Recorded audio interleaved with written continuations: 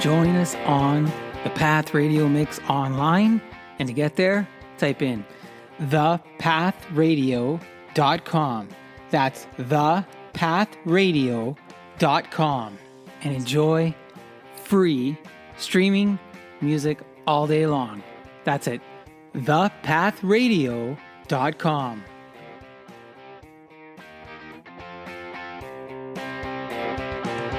All right, now let's get to the main show, the Monthly Social Podcast, with me, your host, Guido Perino, as you go on with Guido. Thanks for joining me on the October episode of the Monthly Social, where we start the month on a high, having the podcast recognized by FeedSpot as being in the top 20 for self-help across Canada. Today, Saul John Williams, Indigenous artist and author, joins me as we reflect on truth and reconciliation from his First Nation experiences in North Caribou Lake and his co-authored book, Where the Bush Planes Flew, a memoir and history of life in a remote Indigenous First Nation. I also have sports psychologist Dr. Eddie O'Connor as we talk about confidence, winning, sleep, and how you can become part of the success story community. Then a lot of music from the 2023 three-time Josie Award nominee, country music indie sensation Robbie Harte, as we chat about her journey overcoming injuries, autism, fate from Paris to Hawaii, and rising as a role model. With a lot to cover, let's get this show going. Before we get things rolling, let's hear from one of our friends of the podcast, Johnny Prosciutto. Johnny Prosciutto, artisanal Italian homemade products. We make it like our grandfather, or as we say, Nonno. Naturally cured, old-fashioned, and delicious. Order online at johnnyprosciutto.com, and we deliver right to your front door, where the only thing left for you to do is enjoy it with your friends and family. That's johnnyprosciutto.com. Yum, yum, Johnny Prosciutto. I got to get my fall order in. I'm excited about that. And if you do, over at johnnyprosciutto.com, let Anthony know that you heard it here on the Monthly Social. He'll take care of you. He's awesome, and the product is great. I love it myself. Great news. I got notified that on September 12th, FeedSpot recognized our podcast here, the Monthly Social, in the Canadian Top 20 when they did their list of 20 best Canada self-help podcasts. So look, rank number 15, that's pretty decent. I'm pretty happy about that. Of course, I want to be higher, but thank you for helping us achieve that and getting us into the top 20 yourselves for downloading and listening and streaming and giving feedback, and all of our guests as well. The FeedSpot posting says, the best Canada self-help podcast from thousands of podcasts on the web and ranked by traffic, social media, followers, and freshness. So we love it. Monthly Social is fresh, and it's in the top 20 across Canada for self-help. So thank you again. Now, I said in the intro, and you guys hear me say this all the time, I have a lot of content. We have 3 great guests. I have a lot of music. And I want to get going. I think we're going to kick things off with Saul John Williams, and we're going to talk some truth and reconciliation. All right, here we go. Today, we are welcoming one of the authors, Saul John Williams, of the book Where the Bush Planes Flew, a memoir and history of life in a remote Indigenous First Nation, to the Monthly Social. Saul co-authored the book with Leah Springer.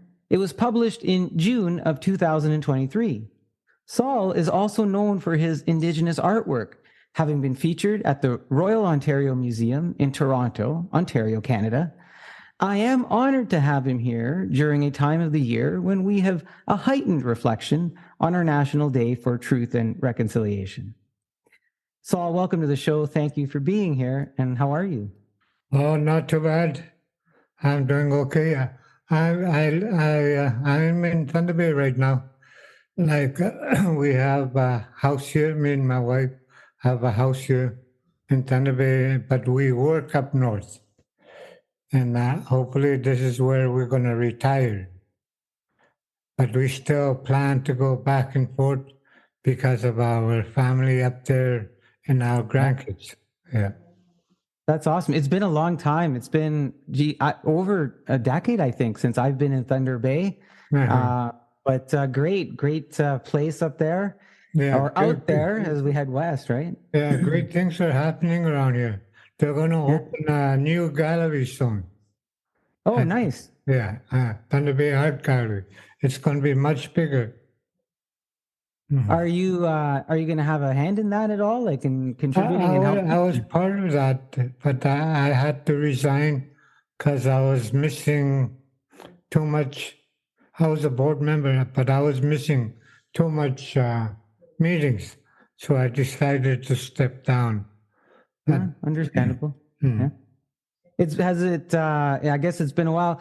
I'm going to talk about it in a little bit in terms of the ROM and stuff. mm. When was it? When did you have your ROM show? 2017, June 2017. 2017 Yeah. to November 2017. Awesome. I'm going to get to some questions there. I'm coming to you from Richmond Hill, which is just north of Toronto, but Mm-hmm. I'm originally from Sault Ste. Marie. So Okay. yeah, Yeah. the Sioux, as folks may say. Yeah. Um, so Saul, listen, we're going to get into some book details in a few moments, Mm.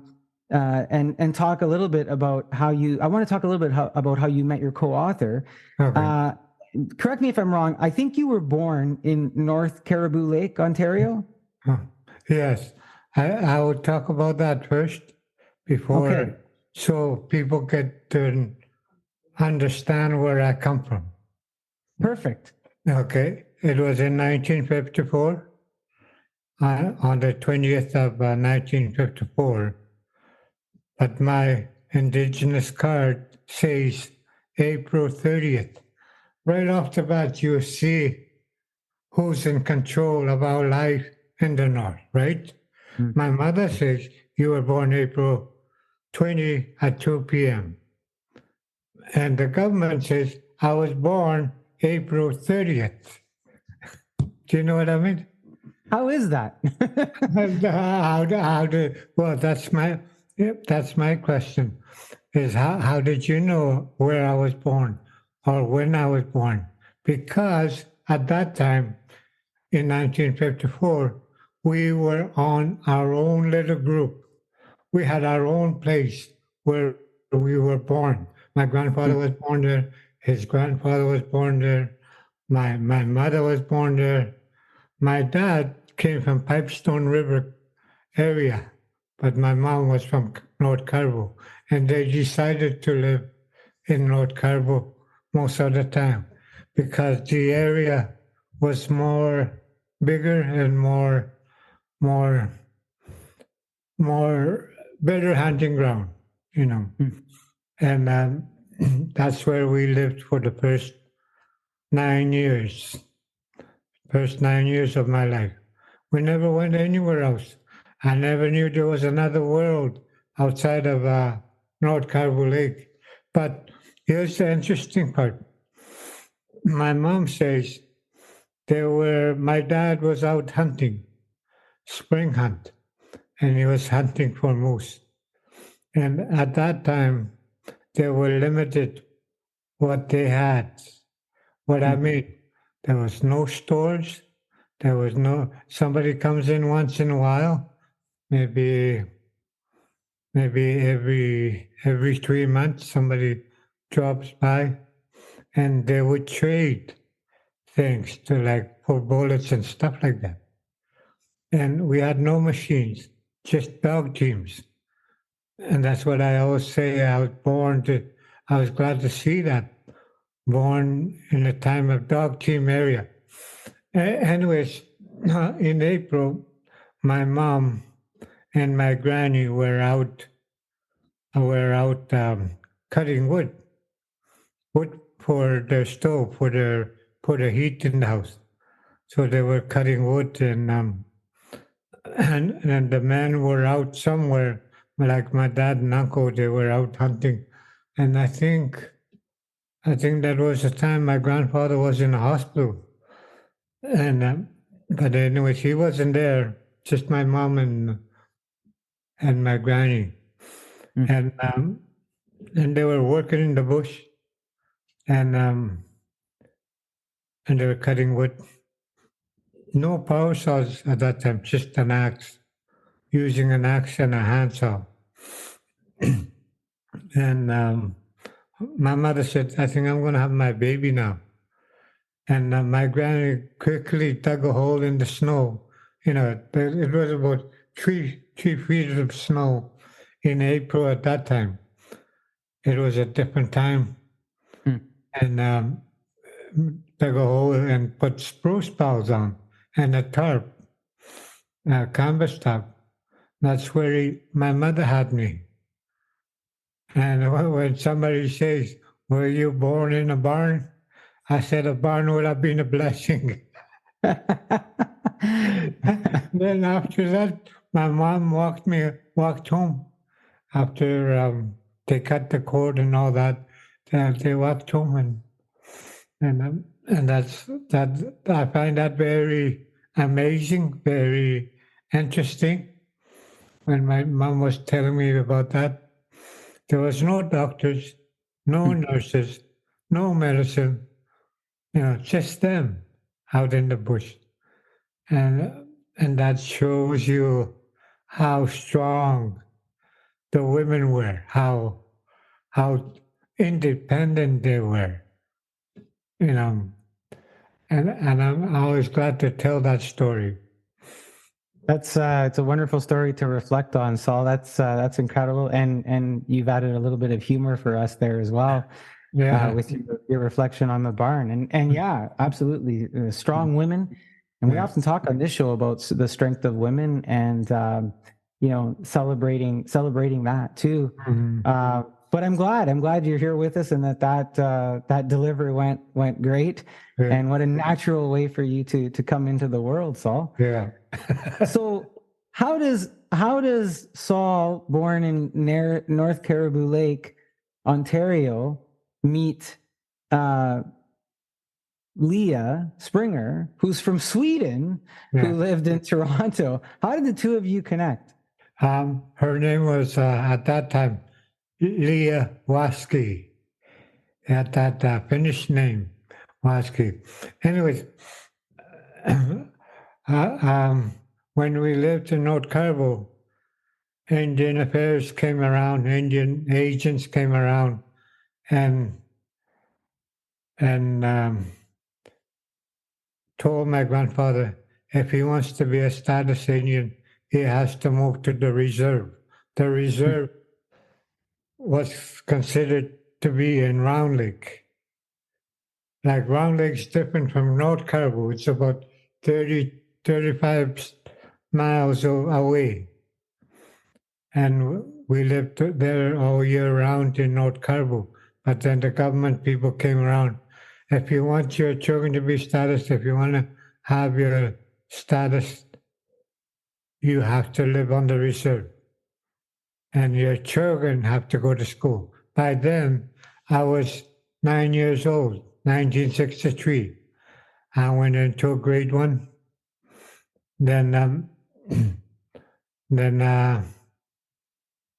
then I had a teacher, and but we went to school in an old log cabin. Like in the wintertime, when we came to school, there would be snow on our desks, and we were expected to take our warm jackets off and hat and boots. And there's a big furnace rumbling in the middle of this classroom, and there was grades from 1 to 5 in that one room. The other grades were in the other building where the teachers lived. It was very difficult. No indoor washroom or water. The water was hauled by hand in pails from the lake. And that's what our first 3 years of school looked like. Hmm. Then in 1966, they started building the new school. And it was a three classroom for grades from grade 1 till grade 8. There was no K4 or K5 that time. And that's when Mrs. Waskey and Diana Vaughn came in, and the principal was there too. And I think they were both 19 and 20 at that time, and I was in grade 3, and that's how I met Miss Waskey. She was there for 1 year, 10 months, then she left. But this year somehow we connected by Facebook, and we started exchanging emails. I haven't gone to see her yet, but I'm planning to go see her soon. She lives in Sioux. Right, in the Sioux Ste. Marie, the Sioux, Yeah, right? and Diana Vaughn lives in North Bay. And that was my first, second, and third teachers when I was going to school. So that's incredible. So you were a student of hers, and Yeah. and now you've come around to collaborate together. Yeah. I'm going to ask a question about the book, but I want to ask you something because you said the term a couple of times, and you said government people. Yeah. When government people came, It's, at that time, it was Indian Affairs agents, Indian Affairs people.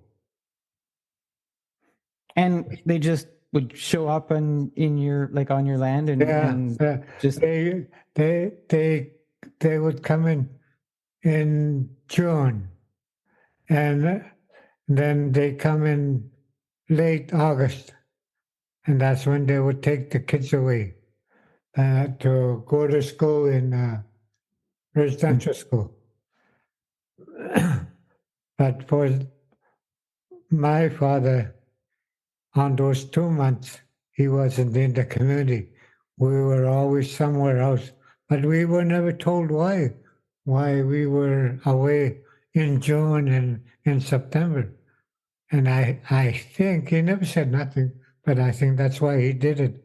He didn't want the government to see his children. So you never got taken away. I never got taken away. My dad wasn't somebody you bossed around.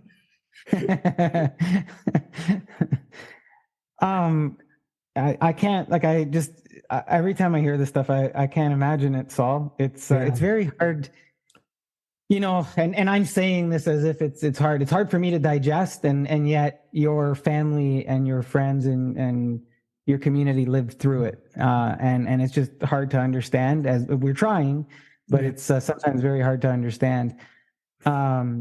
Because growing up, I was, and I've said this before on other shows, I was none the wiser as a young child that these things were going on outside of our communities. Mm-hmm. We never talked about it. Like no one ever said anything to us. We didn't know, and not knowing doesn't make it right. I'm just, that's where I think some of us are still catching up, if you will. Mm-hmm.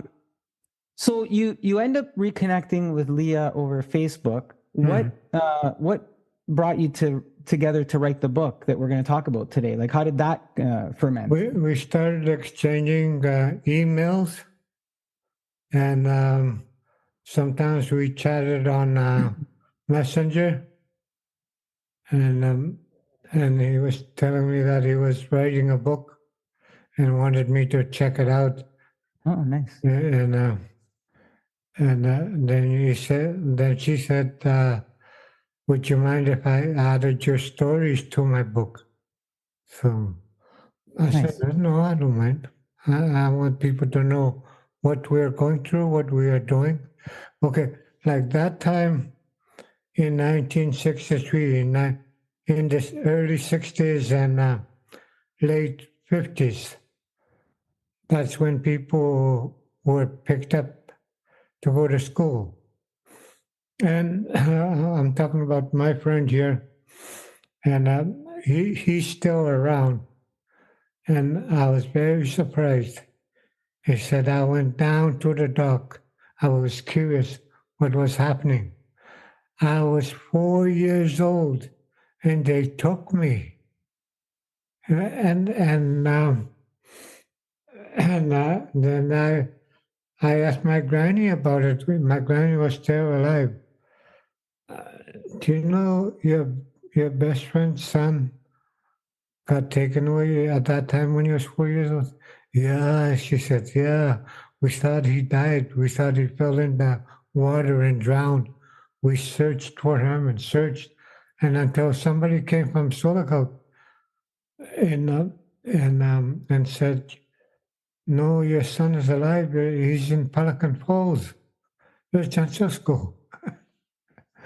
So they didn't even know. They didn't even know he got taken. They weren't even told. They weren't even Wow. informed. They just took them.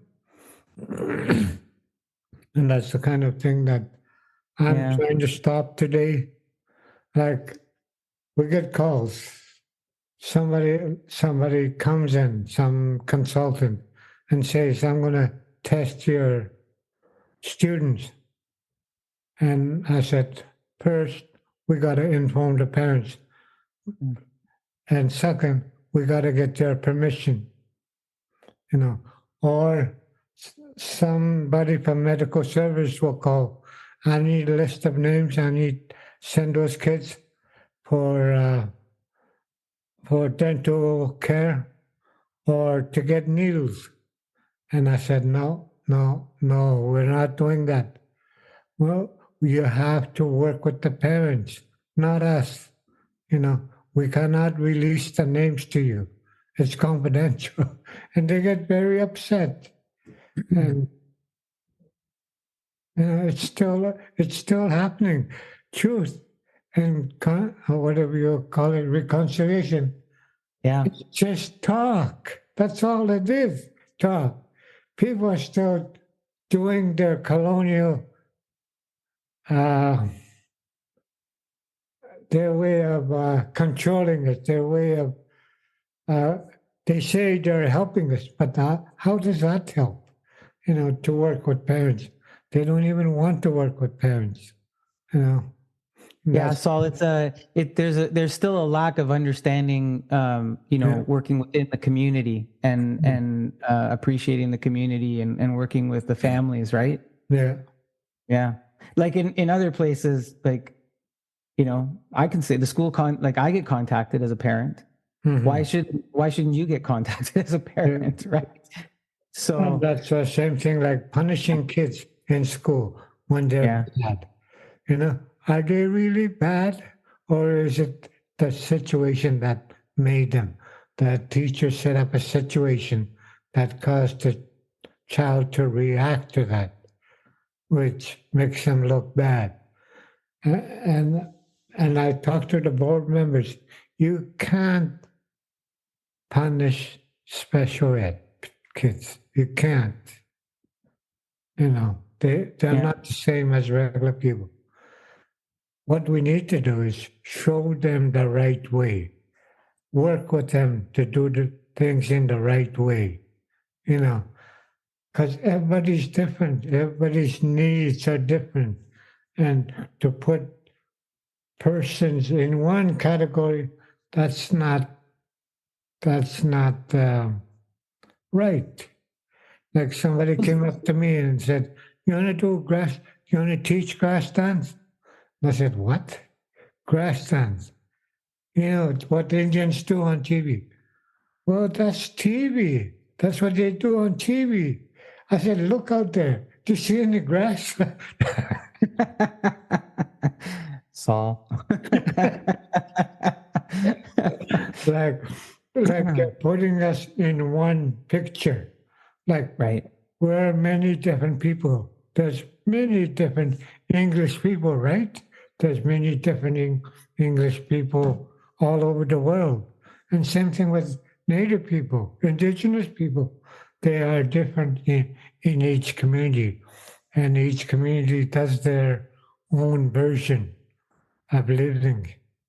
So Saul, you make some good points about, working with people, recognizing that we're all different, working to the individual and things like that.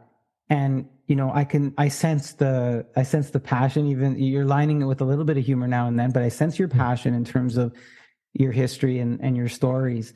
And when you start working with Leah on this book, how do you, because you're co-authoring this book, do you ever find yourself going in different directions, or were your stories and Leah's stories, was it more complementary? And I'm just wondering, with something like this, with this type of subject, is it difficult to co-author a book? No, not for me. I'm just sharing what I know. I'm sharing with others what I've experienced in life, and and and all the different things. I'm trying to share the big difference. Okay, all your life you've seen a store. Your parents, they've seen a store most of their lives, right? Like you go to the store, you go here and you buy this, you go for a clothing store. It wasn't like that with us. The store came in 1952. No, 1953. And one of the buildings, two of the buildings that are still standing, they were built in 1956. That's in Round Lake. And and my mom and dad used to take their dog team to go get supplies maybe twice a year. In the summer, they'd paddle down. They would go buy water to buy clothes or whatever they needed. But most of it was homemade. Like if you go to the Royal Ontario Museum, you will see a large coat made by rabbit skins. Rabbit skins were weaved together. I had that when I was a kid because there was no stores. The only thing available was rabbits, and they made their own clothes, their own tools from finding things here and there. What I saw is when the Americans come up, or hunters come up. Well, I'm not sure if they're Americans. I just heard them say, "Big knife people are coming." That's what they call Americans, United States. Big knife people are coming. So after they leave, we go to their campsite and we gather what is the garbage left behind that can be useful, like metal. Like my grandfather would make tools out of it. He was good at making tools and making snowshoes. That's what he did for the hunters. He would make snowshoes for the hunters, and then in exchange, they would give him meat, share their meat with him. Like it was a cooperative society at that time. Everybody helped everybody. There was no, do you want to buy this? Or I'll sell you this. That's the way it is now. Yeah, and it's funny. Growing up, you said cooperative society, and you made me think. When I was much younger, when I was a small child, I remembered my my relatives. If my father had to do something, his relatives would come and help him. And if they had to do something, my father would go and help them. And if they were building something, they would build it together. And when they were done building something, it always seemed that we would always finish with sitting around the table and eating together. So there was always that sense of community. And I don't know today if I can say that it's exactly the same anymore. We've moved much more to a transactional society. there's an expectation, there's an exchange always that's different than it was before. You did it to help each other before. Yeah. Now you do it because you're waiting for something, it seems. But I don't want to generalize and do that to anybody else. You're talking about your life experiences, and you do this through this book. But you're also, Saul, an artist. And you're an Indigenous artist, and you've mentioned the ROM a few times. You've had your work and your pieces displayed at the Royal Ontario Museum in Toronto, Ontario, Canada. And there's a series that you did. It's called White Women and Their Plants. And that was part of the Anishinaabe Art and Power exhibit. Can you tell us a little bit about what is the White Women and Their Plants series about that you did? Okay, the first thing you must understand, I had my own language when I started school, right? And I'm still fluent today in my language, and that's what my parents taught me. And then when I went to school, it was a different world. We had to learn to speak English, and all these things came up, well, like white woman, white man, black man, Chinese, all these different things. And that's what we learned in school. And yes, today it's not politically correct. I agree with that, and I'm sorry, but that's what I was taught when I was in school. That's what I learned. But anyways, what I was describing there is in 71, 1969 was the first time I left home. I was 15. And um, and um, and um, and uh, in 1971, I had my first art show at the York University in 1971, May 1971.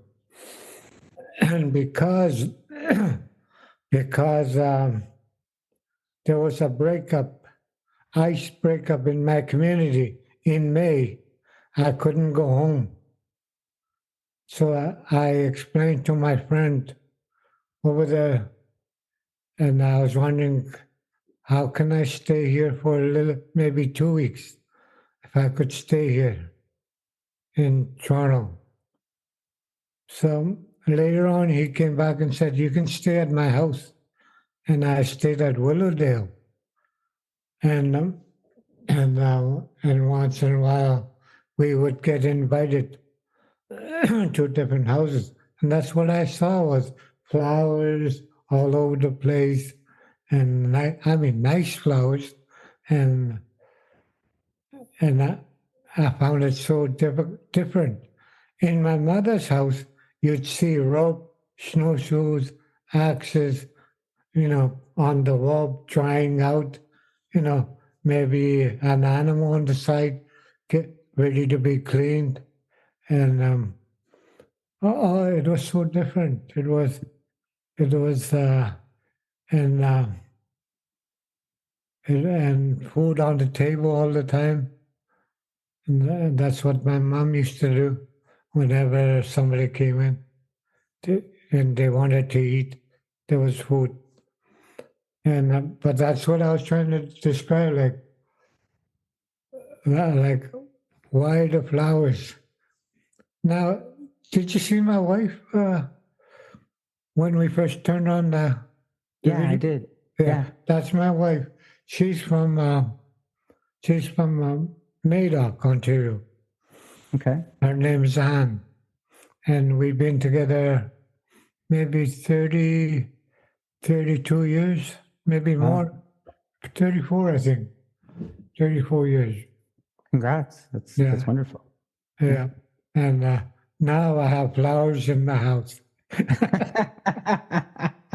Maybe I should do on the Indian and his flowers. Are you gonna do a painting called Anne with her flowers? Or? No, you know what? That's it makes sense, and thank you for creating that juxtaposition, right? what was in your house, what was it, your culture, and then you go there and you see this vast different thing, right? With all these plants, etc. Saul, how is the achievement of having your work at the ROM viewed by the Indigenous community? Does it do anything for your Indigenous community? Do they look at you differently? Well, I've met people in the South, Indigenous people, and I met one chief there who came to shake my hand, and he said, "This is so powerful, and it's not the garden power." He said, "This is so powerful. I wish there was more of this, more Native people doing the work to present their culture." And we're hoping to make a video of the show. We were working on it. Because of COVID, we had to limit what we can do. Right. And I'm also working with a film company. I think there's a college in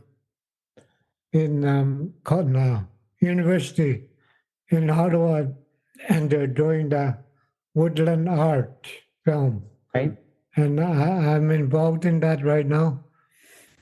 Like some of the work that I've seen over the years is untitled, and they want me to translate what I think it is, what the artist was trying to say in that painting. So, and that was one of the key things I was interested at the ROM. When I was younger, maybe when my son was 5 in 2000, we went to visit the Royal Ontario Museum. And we went through our exhibition there, that first floor, First Nations, Daphne room. Yeah. Anyways, I was telling my son what this was, what that was, what it's made from, and somebody behind me said, "Look!" I said, "That's my grandfather's coat, made from rabbit skin." And somebody behind me said, "Yeah, right." They didn't believe you. There was just somebody, I don't know who it was. I was telling my son, "Look, that's my grandfather's son. Look at his sled." I said, "That's his sled too, his dog team sled." And all these things I was explaining. I knew these people when I was a kid. I knew who made them, and I knew them. And, but a lot of it had not what it is. Like there's something that looks like a bottle, but it's made out of a fish air bladder. Wow. But what they used to do is blow up the lake trout bladder and dry it out and make it look like a bottle, or like this, make it look like a bottle, and let it dry out. And that's where they carried hot water or hot tea when they hunt, and wrapped it around with rabbit skin. Wow. And that's their thermos. Wow. And people didn't know that. They just call it fish bladder. They didn't know what they were collecting. And that's one thing I wanted to correct. I would even volunteer to help out because I want things to be right. And there was a bundle of, they told me it was a cord, a bundle of a cord. And it was about this size, like it looks like a brown rope. But I knew what it was when I saw it, because I know my granny used to make it. It's a spruce tree root cut in half and made into rope. And, Wow. if it's dried out, you just leave it in the water and it becomes pliable to tie up something. So, like, remember I said no stores, no Right. stores for rope, no stores for clothes. That's what the rope looked like. Like, if, I don't know if they corrected it when I explained that, you know. And there was another in the technology. There was a baby thing, and they said that's for decoration. I said no, that's not decoration. That's to protect the baby's face from mosquitoes. Wow. Like when your baby moves, the Yeah. technology, it brushes the insects from his face. It's so incredible. Like the innovation, right? Yeah, Learning to use the different things that were at disposal in nature, right, from the land, yeah, and to natural use them. materials. Because my Yeah. grandfather used to say, look, everything you need, everything you want is out here. Right. You don't need to go anywhere. Yeah. You're so many of your stories. Then you talk about your granny and your grandpa, and you're Yeah, making me think my, because you know, my I was first born in my first child to survive. The firstborn died, and I was the second child, and the third child died. But since I was the surviving child, most of the time I was with my grandparents. I grew up with my grandparents. Like what they did, the practice was the the newlyweds hmm, were supposed to know one another, spend time more together. So the first child usually went to the grandparents. Now they don't do that. They children's services say it's wrong. hmm. What's wrong with that? You know what? I thought that was a very good teaching. I certainly spent a lot of time with my grandparents, Yeah. and you made me reflect. You know, my grandfather, he would make like he would weave baskets and make all sorts of crafts from what was available around him. And you know, you talked about your granny and the food, Hmm. and the way that my grandmother, the way we were brought up. Let's say it was lunchtime and somebody came by the house, she would invite them into the house, and whatever she had made for lunch, there was enough food for all of us, and we would all eat. And she'd say, "Sit down," Hmm. and it didn't matter, right? If there was a pot of soup Hmm. and it was made for 5 people, but two more showed up, then there was enough soup for 7. You Hmm. know, if more people showed up, then there was enough soup for 9. But she Hmm. always fed everybody who came. Hmm. So I really liked hearing about that. You know, just very proud. It sounds like the community is very proud of your artwork. Hmm. Maybe even perhaps inspired by what you were able to do with that. Hmm. Um, and you're continuing that work now, or you continued it a little bit with Leah in the book. Hmm. And I want to ask a question about that as we transition a little bit more to that, and say there's a passage in the book that says this. Leah writes, "This book is not about the planes themselves or about bush flying. The book is not about the actual pilots who flew the planes. It's also not a study of the population. This memoir is simply a snapshot of life based on my 10-month stay in the remote community known as North Caribou Lake First Nation, and it is richly augmented by Saul J. Williams and others who contributed memoirs from their youth and history of the people." Hmm. How did you guys land on this title, "Where the Bush Planes Flew"? And we know that it's not exclusively about that, but when we dig deeper, what is the book really about, Saul? Hmm. What is the book about? I think it's about her memory of the community. And then when I started telling her stories, my stories, how we lived and how we, like when she came, when Leah came, that's the first time we seen indoor plumbing. And the first month we were flushing the toilet just to see the water level. and, uh, and that's what I guess that's what she noticed is how at that time I didn't know I was poor. I thought we were doing okay because when I said I grew up in Caribou, we were like nomads in our land. What I mean is we moved many places. We never stayed in one place for long. Maybe the most would be 3 months, and we'd move. Like in the springtime, we'd move to the river.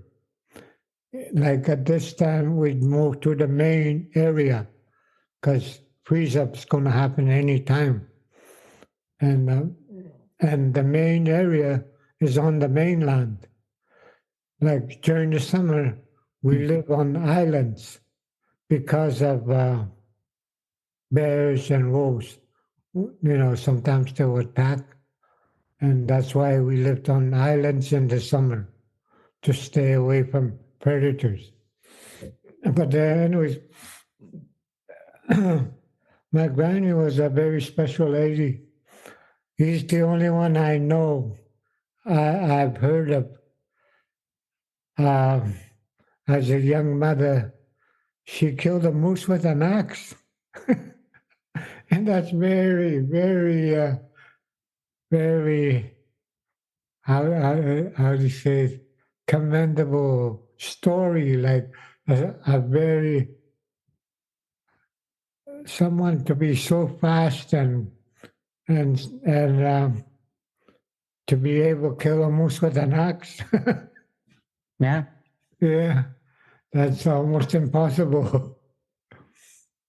So Saul, is the book then stories of what happened on the land, how you lived, how you learned, your families, your friends, transition? Well, for me, I just told my side how I grew up, where I grew up, and a bit of history, where we came from, and what we're going through today, and what we've been trying to do. Like Native people try to help themselves, but they're always suppressed by government rules, right?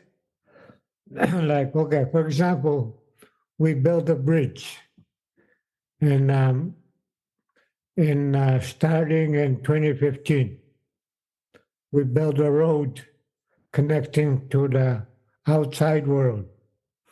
It was mostly done by volunteers, but we had the equipment. And then when it came to the bridge, we didn't have that skill, but we knew somebody who had that skill. And we asked them to help us with the bridge. So they brought in a Bailey bridge, one way Bailey bridge. Anyway, after we built the bridge, well, first, what we are supposed to do and what we did, we asked the government for help. We want a road to come in to our community, so it cuts down costs on food costs. Mm-hmm. And, so government turns around and said, 30 million for land assessment, 30 million for the bridge. That's 60 million. And the chief was a woman at that time and said, we don't have 60 million. Where are we going to get 60 million? So finally, as they kept asking for help, finally the chief got fed up and said, let's do it ourselves.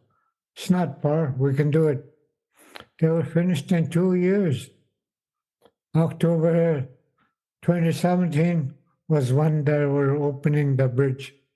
Wow. They opened that bridge, and we were able to drive across. And it didn't cost you $60 million. It didn't cost us 60 million, maybe 10 million, maybe 20 million. I don't know exactly how much our helpers got paid, but it wasn't 60 million.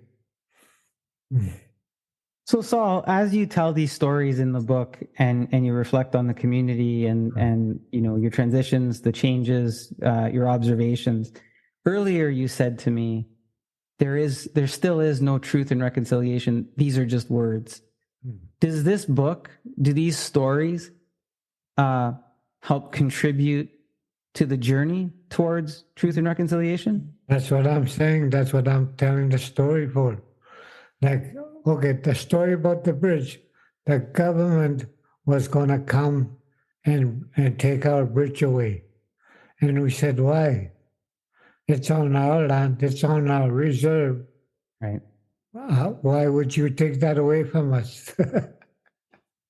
See, that's what I mean. They try to control Native people, and Native people like want to help themselves. They want to do things themselves, and it's always suppression. There's always rules to follow, you know, and if truth and reconciliation was happening, then we should be given the freedom to do the things we need to do, you know. Okay, here's a fine example. For 30 years, I worked on getting a new school. The old school where Leah first taught is still up, that school. It's been renovated 2 times over the years from 1966. It's been renovated 2 times, but it's still getting old. And what finally happened is the doctor closed the school, closed the water line. The school's open, but he told the kids not to drink the water, the staff not to drink the water because it was contaminated with lead. And it's been like that. And that I think that's what finally kicked the bucket.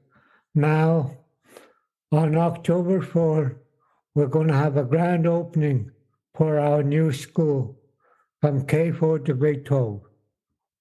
And guess what?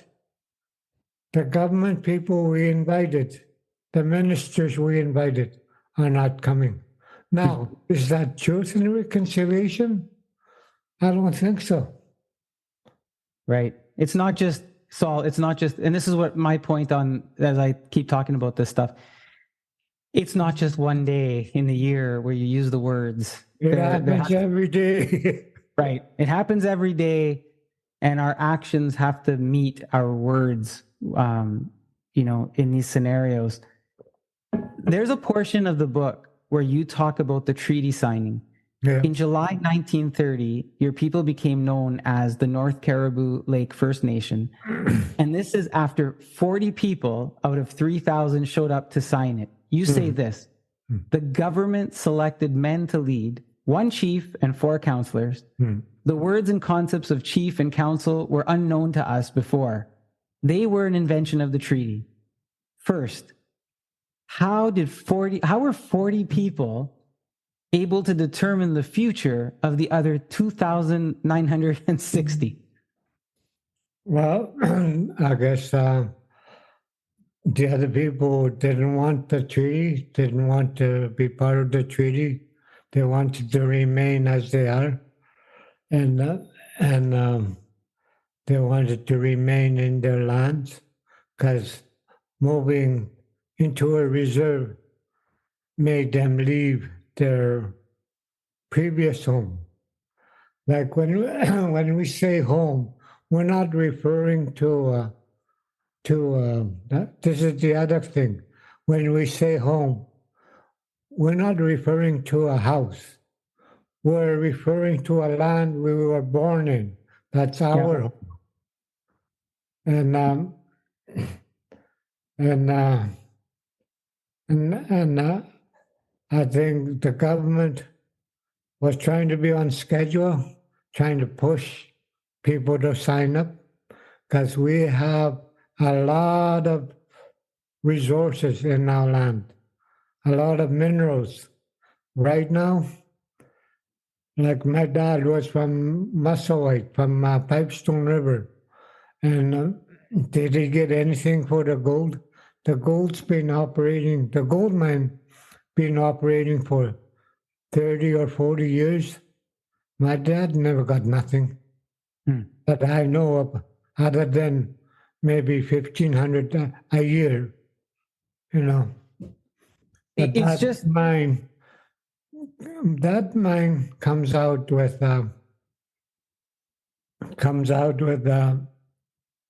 um, 20 million a day out of the wow, ground, you wow. know, and it's going to be alive for another 30 years. That's how That's much incredible. gold. And no wonder they were pushing for people to sign the treaty. So the government has a tool to steal. I just don't get how, with only 40 people signing the treaty, how they were able to move forward when the majority of your people didn't sign the treaty. Yeah, because everybody else, there was no telephones, there was no communication, there was no radio, there was no, at that time. So they just demonstrated, look, these people have signed the treaty. This is good for you. Yeah, You should all, yeah. yeah. There's a couple of words in there, like chief. Is the Indigenous community, are they offended by the term chief now? Is it a term we could still use? Because the government people, they take their word, they believe what they tell them. They don't think people are lying to them. Like to say, you are children of the queen now. They Right. believe that, and they honor what they were offered, like what they were given. Okay, when I talk about that, that's my assumption. My assumption was there was no chiefs, there was no councillors prior to that. I've never heard of anything prior to 1930 being recorded anywhere about a chief or council.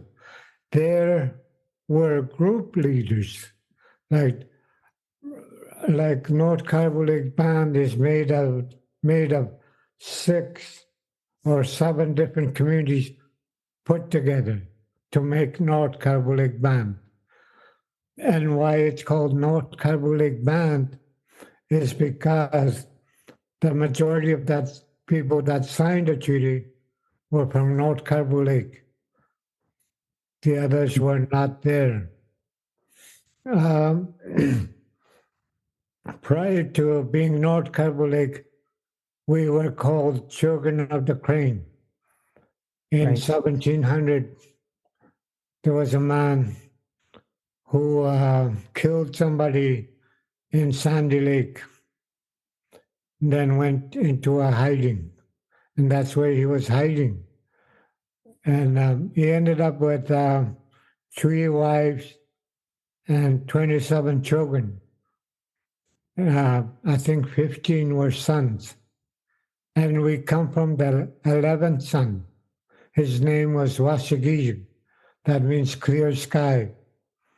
And that's another thing that happened at treaty. After we signed the treaty, we had to give them our band list, and the 40 people that were there, a lot of them lost their names. My name, Williams, came from the treaty people. Our name was Stand Around the Sun prior to that. That was my grandfather's name at that time, Stand Around the Sun. But they couldn't say that, so they changed it to Williams. Did you ever think about changing it back? Yeah. Did you ever think about changing your name back? Yes, yes. I'm starting on my paintings. I'm signing them with my old name. Nice. I'm not using Saul Williams anymore. I'm using Stand Around the Sun now. I have a painting I'm working on. I'll show you. Sure. Awesome. We're going to see an exclusive here, a new painting that that Saul is working on, or Stand Around the Sun, as he just said. So, Are you able to see it? yes. Wow. That's beautiful. You're just finishing that up now? No, I'm not finished yet. I'm still working on it. Is that going to be your first Stand Around the Sun?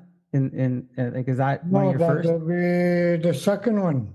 Second one? Yeah, because it was That's last awesome. summer I started using it. Have you ever considered, like, I'm wearing a print, an Indigenous print on my shirt today. Yeah, Have you ever considered doing prints with your collections? yeah. Sometimes some of them I've done it. Sometimes like I'll go look at another one. We're getting all sorts of exclusives here from Saul. We get to see his new painting, and he might show us that he's done some prints here. This is a Very, graduation. very nice. Yeah, one of the teachers put that on. That is fantastic. Yeah. I love it. Yeah, Yeah. I hope so. I hope you got to let me know if you do shirts. I would love to display them and Okay. All have right. one. Okay. Yeah. I've been working in education for 32 years, and I don't really have time to do my art. This is I do that work during the summer on summer holidays. I hope you do more of it, because it's just beautiful beautiful work, Saul. Mhm. I got to ask a question. You talked about your grandparents a fair bit as we in our conversation today. And in terms of the idea of truth and reconciliation, what would your grandparents say today? Would they say that we've made any progress? Would they say that we're heading in the right direction? Or would they still be skeptical? I think we are making progress, but it's still not the same as it was before contact.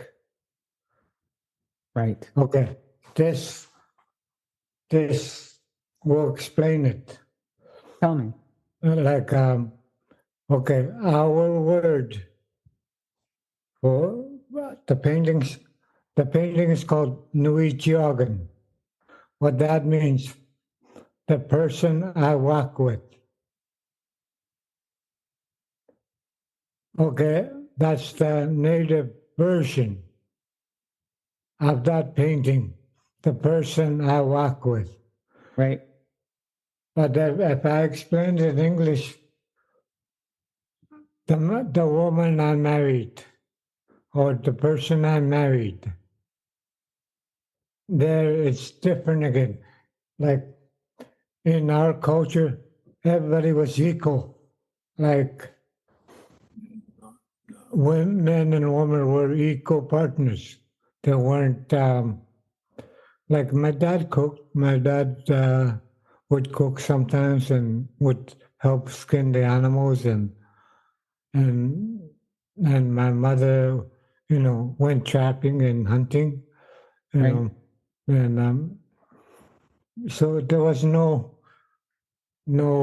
like between 1950 and 1980, there was this idea: women, listen to your men, or men, there was that teaching. I think it was, for me, I think it was translated wrong. I don't think anybody should be under somebody's suppression. You know what I mean? And that's I think you guys knew something that the rest of the world is just starting to try to figure out right now, in Mhm. terms of of how we work together, and as men and women together, and being equal and sharing. Maybe if we'd done a little bit more listening instead of talking back then. Yeah, and I think that's what my grandfather and grandmother would say. We're finally going back to some of our teachings, to some of the things that we wanted to teach our kids.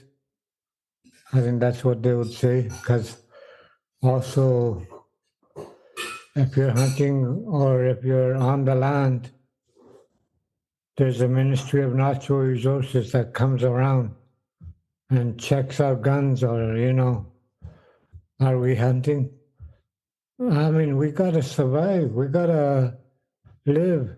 And that's how we live, is go hunting. Like, farmers grow their meat and then they slaughter, right? Right. What's the difference? We hunt and we eat. I know some people are upset over that, and that's why the price of fur is going down, and is down. That nobody traps or hunts anymore. Very few people, because it's not. You don't make money on trapping anymore. Like my dad used to do about 10,000 a year trapping. When the prices of fur was high, like 500 for a fox or lynx 1,500. They made a lot of money, and that's how they lived, because there was no jobs. There was no jobs then. Everybody had to go back to their land, and a lot of times they were told, go back to the reserve. Right. Because the government wanted what's underneath the ground. So, Saul, these are great stories, and I'm very thankful that you've been sharing your stories and your new paintings. And we've talked a little bit. We've related it to the book as we go. Is there anything in the book that would stand out to you in terms of one chapter over the other, or if somebody was to say, if you were to say to somebody, they can only read one part of the book, what part of the book would you say to them read first? I would like them to read the history of our people, what I wrote down there. And I mean, most of it is my assumption. Most of it is hearsay. But I think they can find, if they want to study us, they can find a lot of research. Like, we were studied for about 20, 30 years by Royal Ontario Museum. They even wrote a book about us. And and that's how we got close to a Royal Ontario Museum. The first person that gave me a set of paints was from Royal Ontario Museum, Dr. Mary Black. He gave me some paints, and he bought my first painting, and now for $5. I'll show you. Can you see it?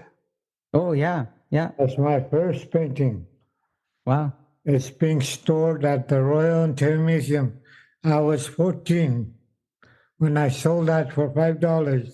Wow. What did you do with the $5? Saul, what did you do with the $5? Well, I think what I did was, at that time, pants was $1.99. So I went and bought pants, and the rest was treats for my sisters and brothers. Wow. Yeah, That's awesome. Yeah. Saul, look at where can the book, we pick it up on Amazon? Yeah. Amazon. So I'll get the links and I'll make sure that we have that in our show notes. Yeah. It's been a pleasure having you on the show and learning about your collaboration with your co-author, Leah Springer. The book is Where the Bush Planes Flew, a memoir and history of life in a remote Indigenous First Nation. Mm-hmm. Before I let you go, is there anything else that you would like to leave us with as we bring our chat to conclusion, Saul? I mean, there's so many different things today and so fast. Like when I was born, there was dog teams. Now there's airplanes and cars and trucks and internet, you know. It's good. But that's one sad thing is that we're losing our language and our cultural activities. And we want. I think we're working on bringing it back. That's the kind of things I would like to push for, is get our language back. Like when Leah came, I think most of us were not speaking English. Most of us were just starting to learn, because that was school, when school started for me, 1953, and a lot of us were like 100% fluent in our language. Like in '92, when we took over, we did a test. 20 students come in September.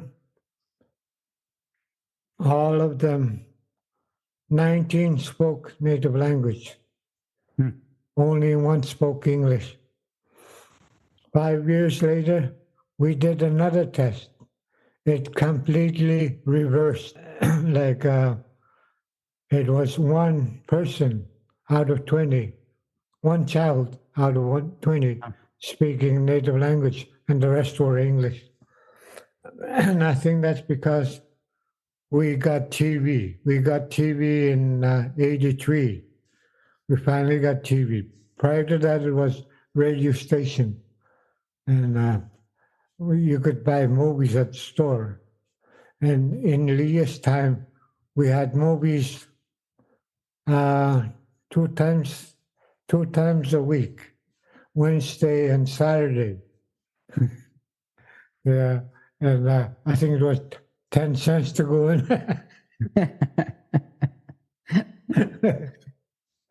And it was Cowboys and Indians movie. Nobody wanted to be an Indian. There you go. You brought back some humor to the end of the show. To the end of the show. It sounds like you've got everybody on a path to find it and discover it again, Saul. Yeah. We have it's just incredible, like your work as not, and I started talking to you first thinking, you've co-authored a book and you did some art, but you're doing so much more, Saul, for not just your community, but outside your community as well, as you continue to educate and teach everybody. And so thank you for that. And thank you for being here today with me. As we close out our segment here, we have been walking with Saul, John Williams, and learning to stand around the sun. Thank you, Saul, for sharing your insights on your new co-authored book, Where the Bush Planes Flew, a memoir and history of life in a remote Indigenous First Nation, along with Leah Springer, as you've piloted us through an introduction to one of the 49 First Nation communities in Ontario. Saul showed us how a girl from Sweden and a boy from North Caribou Lake, Ontario, worked together to bring us something that can make us pause, reflect, and learn through experiences and their truth. I will have all of the book links in the show notes. Saul, I hope that I can catch up with you again very soon, and thank you for doing this. Yeah. That session with Saul, I'm telling you, I could have talked to him for hours longer. We probably could do a full show just with the stories that Saul has and all of his different insights. And I'm pretty sure it would be a fantastic full show just with him. There are portions of our conversation where we're referring to some visual items. So when the video version of this comes out, you'll get to see the print as well as the new painting that Saul is working on. So again, thank you to Saul for a fantastic session and for being patient and kind and going ahead and teaching me new things. As we continue the show, let's take a music break. Our special guest, Robbie Harte, is here with us. So let's listen to one of her songs before we get chatting. Here is Sticks and Stones by Robbie Harte. Started out on the right track. Yeah, I thought you had my back. We were on the same page, but then you started to unravel. My boots hit the gravel with the Jekyll and Hyde you were trying to hide. Came out for the first time. I called you out, you tore me down, you smeared my name all over town.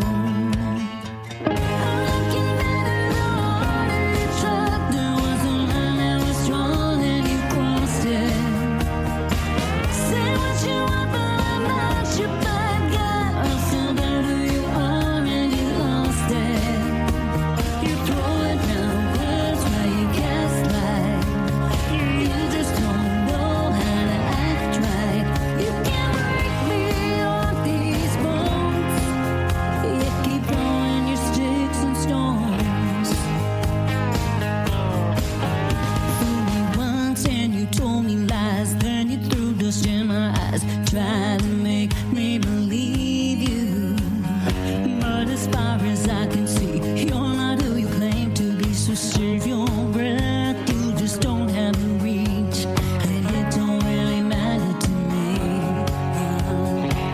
Walking away, I close the door, you're throwing shade just like before.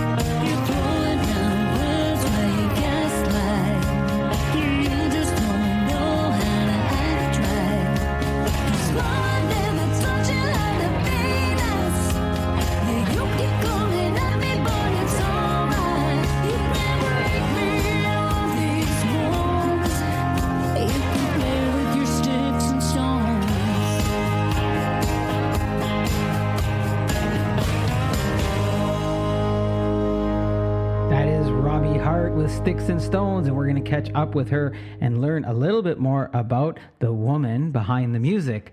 But first, let's hear from one of our friends of the podcast. Here is Chaser's Fresh Juice. Hi, I'm Richard Chase, introducing Chaser's Fresh Juice, a local business in Toronto. We've been in business for over 20 years, initially supporting our local Toronto area and now servicing all of Canada. Chaser provides fresh organic juices, ingredients including citrus zest, dehydrated garnishes, and fresh citrus peels to enhance any cocktail or recipe you can think of. We have successfully supplied restaurants, distilleries, craft breweries, and bakeries across the country. Reach out to orders@chasersjuice.com for any questions you may have. We are a customized fresh juice company, and I'm sure we can help you. Thank you.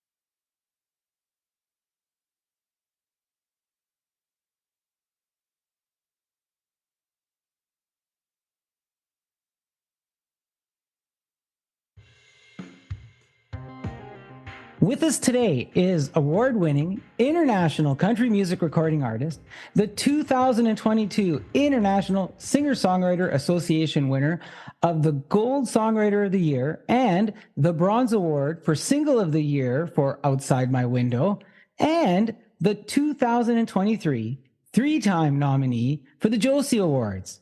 Montreal native, now New Yorker, and heading to Nashville this October, Robbie Harte. Thank you for being here today, Robbie. How are you doing? Thank you so much for having me on today. I'm doing great. How are you? I'm good. We're recording this on a beautiful fall day. And, it's those things that's happening. The weather is a little bit cool in the morning, warms up in the afternoon, cools down in the evening, right? I love fall. It's my favorite time of the year. Oh, really? So you got a lot of the colors and everything, and I do. I like exactly what you described. I like the chill in the morning, the crisp night air to sleep well, and the sun beating on you during the day. I like the change of the colors. I like to wear the sweater, See, I'm adjusting. I love heat. I want like Florida hot or Hawaii hot heat type of thing, right? Anyways, I digress. Living in Canada. Now, speaking of Canada, I want to make sure I got this right. You're a former Montreal, Quebec Canadian, now living in New York? You got that right. It's a funny story, actually. It was such a funny story. I had to put it into two songs. So I was Montreal born and raised all my life. I never, ever had an aspiration of living in the United States. And quite some years ago, I was planning a trip to go to Paris. My whole trip was centered around going to a cafe, writing this book I was working on, and just sitting out a cafe at a window and just writing. And I kept getting these random signs not to go. Something kept telling me, no, don't go, don't go. So I had all the time booked off. I had all the opportunity to go. And I was like, well, now what am I going to do? And at the last second, I changed my plan and I went to Hawaii. And while I was in Hawaii, my first day in Hawaii at 6:00 in the morning, I was sitting in a Starbucks, writing my book, having my coffee, looking out the window as I see this really handsome guy run by. And I was like, oh, that's really funny. Okay. And then I go back to my writing. And next thing I know, I look up and he's sitting in front of me and he's talking to me. And at the time he started talking to me, I was writing the part in the story where this guy and this girl randomly meet and they fall in love. And I was like, oh my God, I just wrote these lines in my book. And here is this guy magically appeared right in front of me and started talking to me. It's like I poofed him up out of my book and brought him to life. So we ended up falling in love out of the blue. And the name of the song is called Out of the Blue. And we were dating long distance for a couple of years. And then I ended up moving to New York to get married and starting our life together. So that's how I ended up here. Wow. But it was so random. It was out of the blue. I never, ever thought in a million years I'd be living in New York. What a journey that is. Fate, right? Yes. Sometimes, well, it's funny because that's literally a line of the song. It's like a split-second decision and a woman's intuition and split-second decision, making all the stars align, because that's what happened. And something kept telling me, just don't go to Paris now. It's not a good time. Don't go to Paris. And I'm like, come on, I've wanted to go to Paris forever. And I'd been to Hawaii many times. So I was like, going there by myself was not a big deal. I'll just go to Hawaii. And that's what happened. I traded Paris for paradise and I fell in love in a Starbucks. See, and I think, maybe I'm crazy here, but I think I mentioned Hawaii at the beginning when we were talking about it. I did not know your Hawaii story. I didn't know. Well, you know what? I didn't want to take over your story because I understand the desire to get away from the Canadian cold. I did live it for several years of my life. I remember my fond memories of walking to the bus with snow up to my knees, and that was a normal day. So I could understand you wanting to go down south and get a warmer life.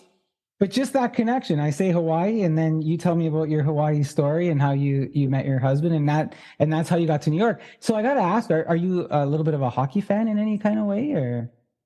So I'm going to take a lot of heat for this one. I actually am not really that big of a hockey fan, as much as I should be for being Canadian. I mean, I am from Montreal. I'm so out of touch that I didn't even know that there was a Montreal Canadian living upstairs from me in my condo. And he lived in the same building as me for over a year and a half. And I saw him like every day, and I didn't know he played for the Canadians. That's how much I didn't know. And I'm probably going to take a lot of heat for that. But I am very proud Canadian. I'm very proud of the Canadians, and I do like to watch hockey. Right on. But So even though you're in New York, you're still more of a Montreal Canadiens fan, is what you're saying, I think, right? well, I don't want to put myself on the line, but I'm very proud of my roots. I don't know. Hold on one second. I'm going to pan around my little studio here. I don't know if you can see that. It's my Canadian Canada cowboy hat. Nice. It has Canada flags all over it. So Yeah. I'm very proud to be Canadian. It's my roots. It's where I'm from. And no matter where I live and no matter what I do, I'm never going to change that part of me. That is who I am. That made up who I am, right? And part of that is, the Canadians and Montreal food and the Expos. Who could forget the Expos? Right. The Expos. Expos, right. Of course. And the Blue Jays. Let's go Blue Jays. Those Blue Jays, yeah. Well, here in Toronto, right? So I actually I went to the Big O the season that it closed out. And so, yeah, I remember the Expos, et cetera. So this is good. We've made some connections here. We got our Hawaii connection, because I was in Hawaii too. Got our Hawaii connection. We've made our Montreal Canadiens connection, which is really cool. Let's talk about some other things that are going on with you right now. You have a lot of positive things going on. And I'm gonna try and touch on all of those, but I want to start with this one. Your new single you just released on September 22nd. It's a song called "I Would Still Pick You," and we're gonna sample that a bit later in the show. And listeners can also hear it right now on thepathradio.com. They can also pick up their own copy on iTunes, on Spotify, and on Amazon. I think I got those all covered, right? You got it all covered. You did great. And I'm going to have the links for those in our show notes so they can go directly and pick the song up, which I know they're going to want to do because it's a really great song. So congrats on the release. Thank you. You do say this, Robbie. You say, "I Would Still Pick You" is a dreamy love song that will sweep you away, celebrating that once in a lifetime love that you would choose over and over again. Now, is there someone you're referring to that we might have talked about already? That's someone special that inspired this release right now for you? That's very intuitive. Yes, that was a big intuitive leap. So yes, thank you for asking. So just first and foremost, as the songwriter, all of the songs that I write are all based on my own private life, my personal experiences. They're all drawn from things I've gone through. So that's just for starters. Any one of my songs that you hear, they're all based on something I've gone through. But this particular song was written, influenced by my relationship with my husband over the years, and it really comes from a place that when you start off a relationship or when you just get married, it's kind of easy to say, "I do," and "I will" forever and ever, because you have a blank slate. Everything is pretty and nice and it's fresh, and you haven't hit any really big obstacles or difficulties because it's so fresh and so new. So it's kind of easy to say, "I do and I will" forever and ever. But when you've lived through a period of time with somebody, either a year or 5 years or 50 years or 90 years with somebody, life inevitably throws things at you. It doesn't have to be necessarily within the marriage, but just things get thrown at you. And to be able to go through stuff and very difficult things, and to look at that person and say, even if I knew starting off this marriage, like however many years ago, I knew we were going to do all these things. This was going to happen. I had a crystal ball and I could see this happening. I would still do this over and over again. And that's the kind of love that the song is about. And it's a very special statement because, looking at our lives together, we've had so many difficulties. I've had injuries and setbacks. My daughter had a medical diagnosis, and, we've just lived through things. And you don't expect those things at the beginning of a marriage or relationship. But when you do and you see it all play out and you say, "I wouldn't pick anybody else. I would still pick you over and over again," that really says something. And from what I'm hearing, a lot of people are relating to the lyrics. And people are saying, "Wow, that really describes my situation with my husband or with my wife or with my partner." And that makes me feel really good. Yeah, I think you're onto something, Robbie. And, we use some soft words when we first started talking about it being a dreamy love song. But then when you start talking about how other people, connect with it, and just what we're in the world today and other things that we go through in our lives, it's really a reaffirmation, right? And sometimes it's important to reaffirm to the people around us, because we spend so much time, and there's so many detractions out in the world, that we tear things down and focus on the things that aren't happening. But when you could take a song like yours and use it as a reaffirmation for all the things that are happening, that do make things right, and that we're still moving forward and happy about it. I think that's where maybe people might be connecting with it. When I think about it that way. Now, I think you summed that up beautifully, by the way. Thank you very much. Well, maybe your song speaks to me in different ways too, right? So, and that's what I think as an artist, right? That's what you want. I would think that that's what you want. Like, we all look at the song and we all connect with it in different ways. But there's a core to it. And I think you've captured a good core. Now, I would still pick You is your 7th consecutive single dating back to 2021. The previous year in 2020, you've been busy. You released an EP. And I love the title of this, Eye of the Storm. And I not being I, but a play on words being I, the individual, Eye of the Storm, that followed your debut single, which was 17. So in 3 years, from the single 17 to this new release, a lot of material has come out during pandemic years, Robbie. Did the pandemic play a part in you finding your country music voice? It actually played an instrumental part in me, not only finding my voice, but the filter and the way that I see things, So it started out, and I'm glad that you love the title of the EP. Thank you so much. There's a story there. So I had previously, 2017, 2018, I released singles. They were more of the pop, country pop genre. And I had finally started writing material to have a body of work to release an EP. And the EP was going to come out in March of 2020. And this EP was going to be entitled Untold Stories, because they were all things that I had lived through and things that I had gone through, some happy, some sad, some empowering. And I just wanted to share them for the first time. So I was going to title it Untold Stories. And as we all know, in the beginning of March, things started to shut down everywhere around the world. And unfortunately, the studio shut down without a determination of when it would reopen. We didn't know if it would ever open again. So my EP was like 99% done. And I was hanging on to this last track that I was waiting to finish cutting. And I was like, oh, come on, this really, are you kidding? I got so close. And I was so frustrated and so anxious because as an artist, I always would release a song. I'd write it and I'd have to release it right away. And I couldn't never hold on to a song because I wanted to share it right away. Yeah. And I finally amassed these songs and I was like, yes, it's going to come out and it's going to be awesome. And well, fate had other plans. So the studio shut down indefinitely. And I actually took it as an opportunity to revisit my songs.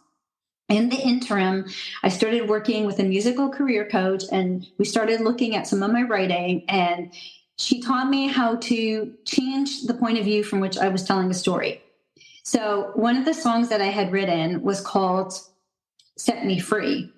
And it was a very emotional ballad, and it was talking about something very difficult I had been through in my life.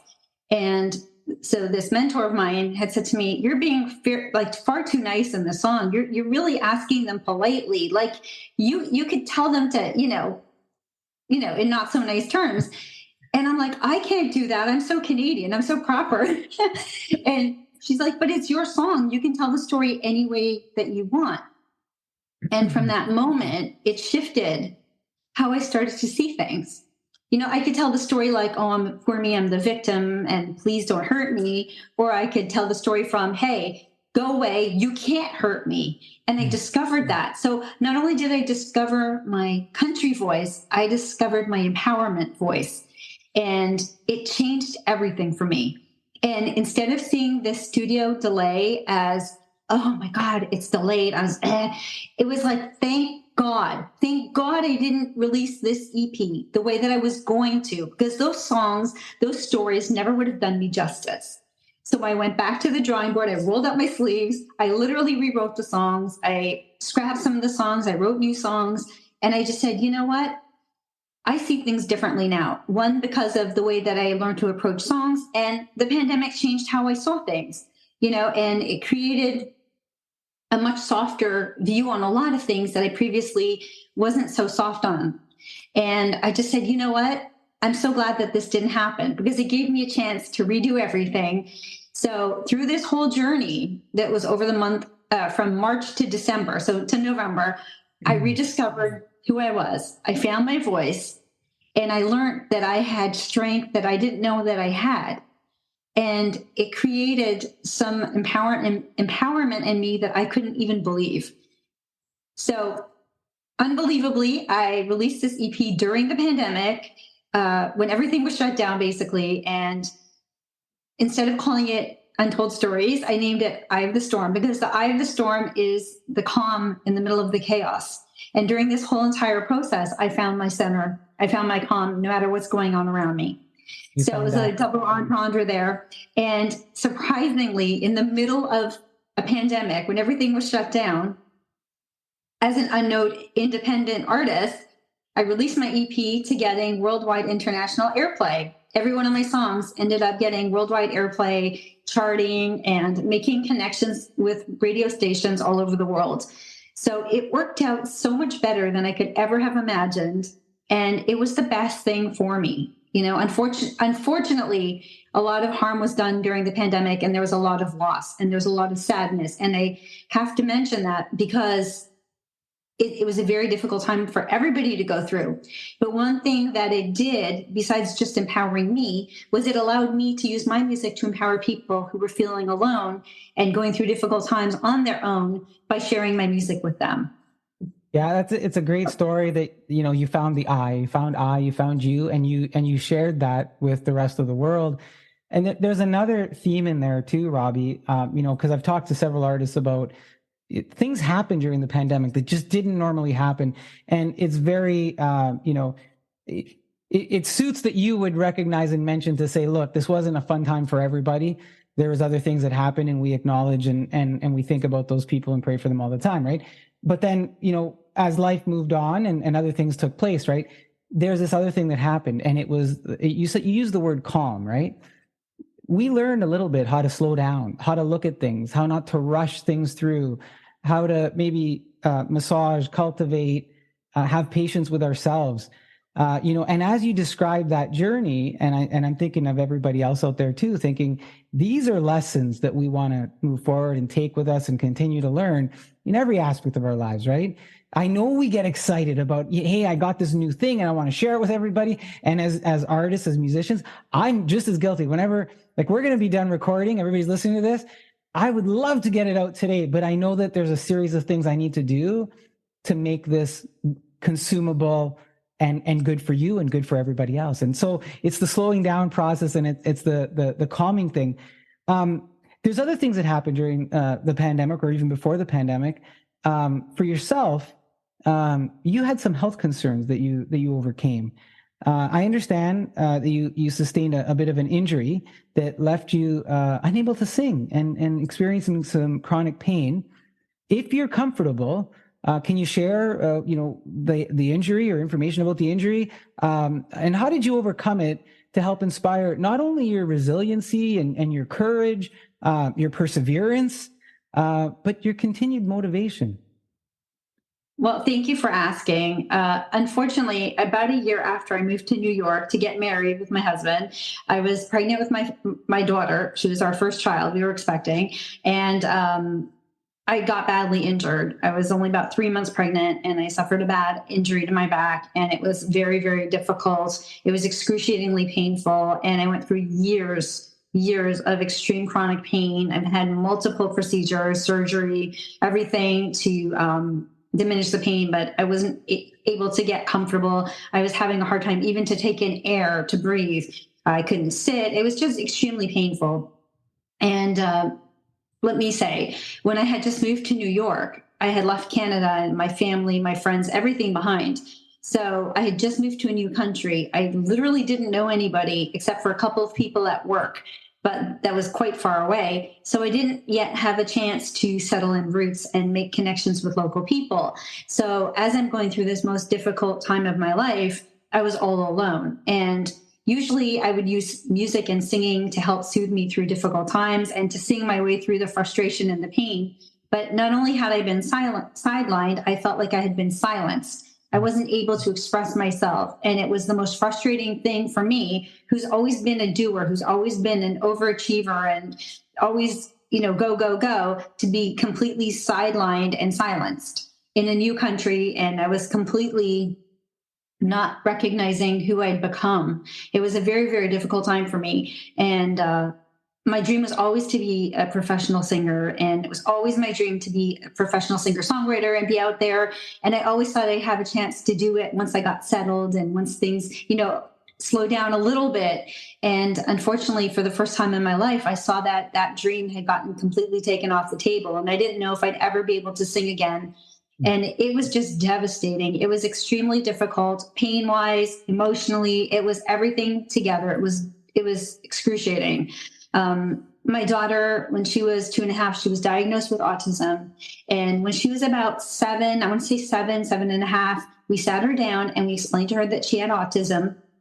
And we said, you can do anything. You can be anything. Just because you have differences, it doesn't mean you can't live your dreams. It may make some things a little bit harder, but you can still do anything and be anything. And you should be proud of who you are. And I realized as I was telling her these words that I wasn't doing that. I had given up. I had given up trying to pursue my dreams because, first of all, I had lost my ability to sing. I was in excruciating pain.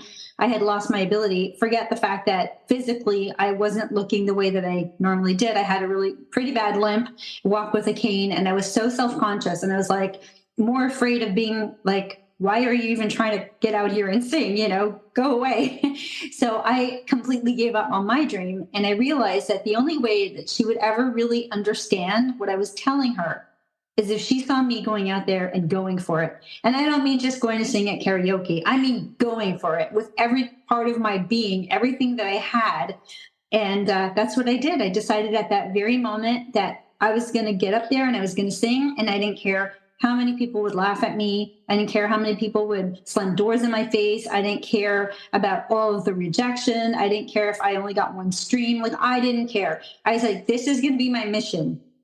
I want to show her what it looks like to be down, but get back up and really bring it. And that's what I did. And I made her, I wanted to be her best role model possible. I wanted her to be proud of me. I did amazing things before she was born, and she never would have known the person that I was had I not began this journey. She would only remember me on the couch in pain. And I couldn't have that. I was like, no, she needs to see who I am. She needs to see the fire because she has that fire. And so she's been... Robbie, it's a phenomenal story. And you've intertwined, your daughter's diagnosis with autism.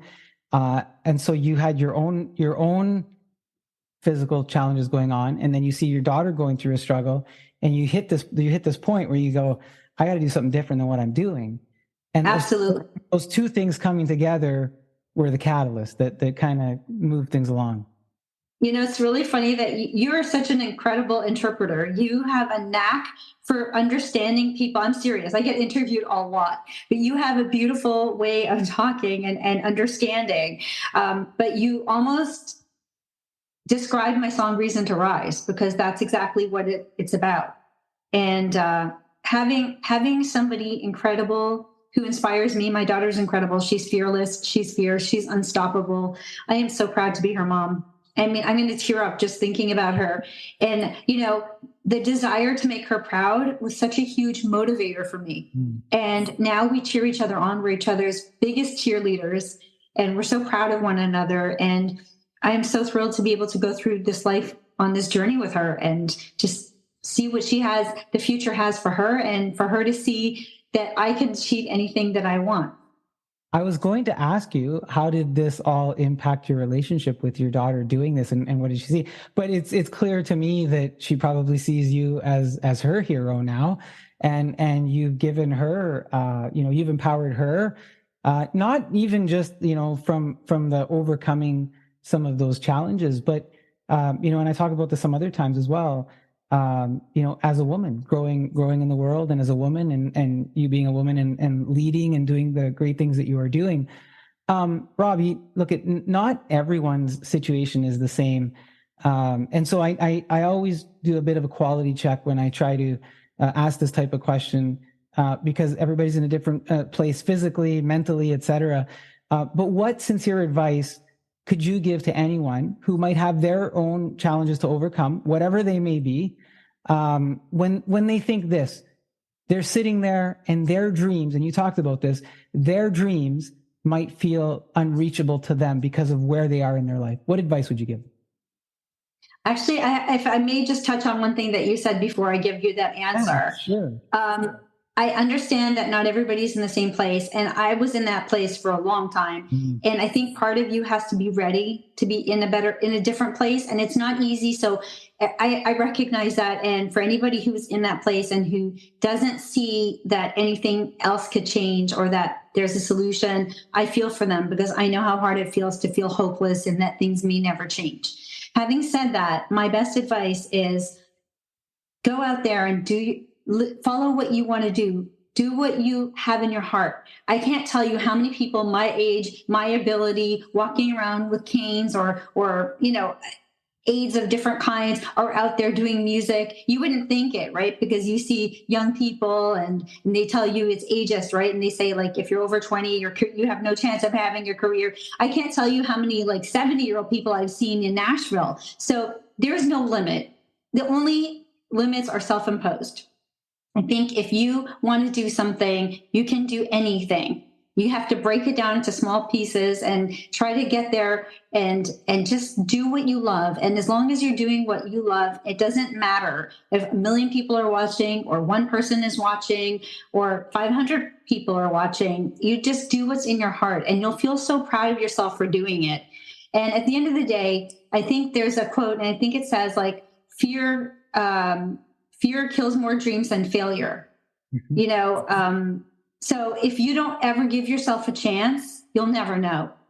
And if COVID and the pandemic and all of these things have taught us anything, it's that life is extremely short. And it really put a call to action for so many things and for so many people. And I think that it's a good reminder that now is the perfect time to start something and do what you want to do and just do it with your whole heart. And you can do anything. I think that's important. I think you mentioned some really wise words there and wise advice. I really like where you started in terms of we have to be ready. We have to be ready to make the change or to want the change. And somebody might say to me, well, if I'm in that spot, how do I get ready? If I'm not able to get ready, how do I get ready? And I was thinking about that as I'm listening to, your journey and the things that you're talking about. And I think that we would use a story like Robbie Harte as a way to get ready, find inspiration from others, right? But I'm going to be honest with you, and I'm being 100% vulnerable right now. Yeah. Early on, before I started really pursuing my career, I had a friend or an acquaintance who knew I could sing, and they were trying desperately to get me out there and sing. But I wasn't ready. I was more concerned about, I know this sounds silly to somebody who doesn't understand this, but I couldn't walk without a cane, and I couldn't stand without being holding on to something.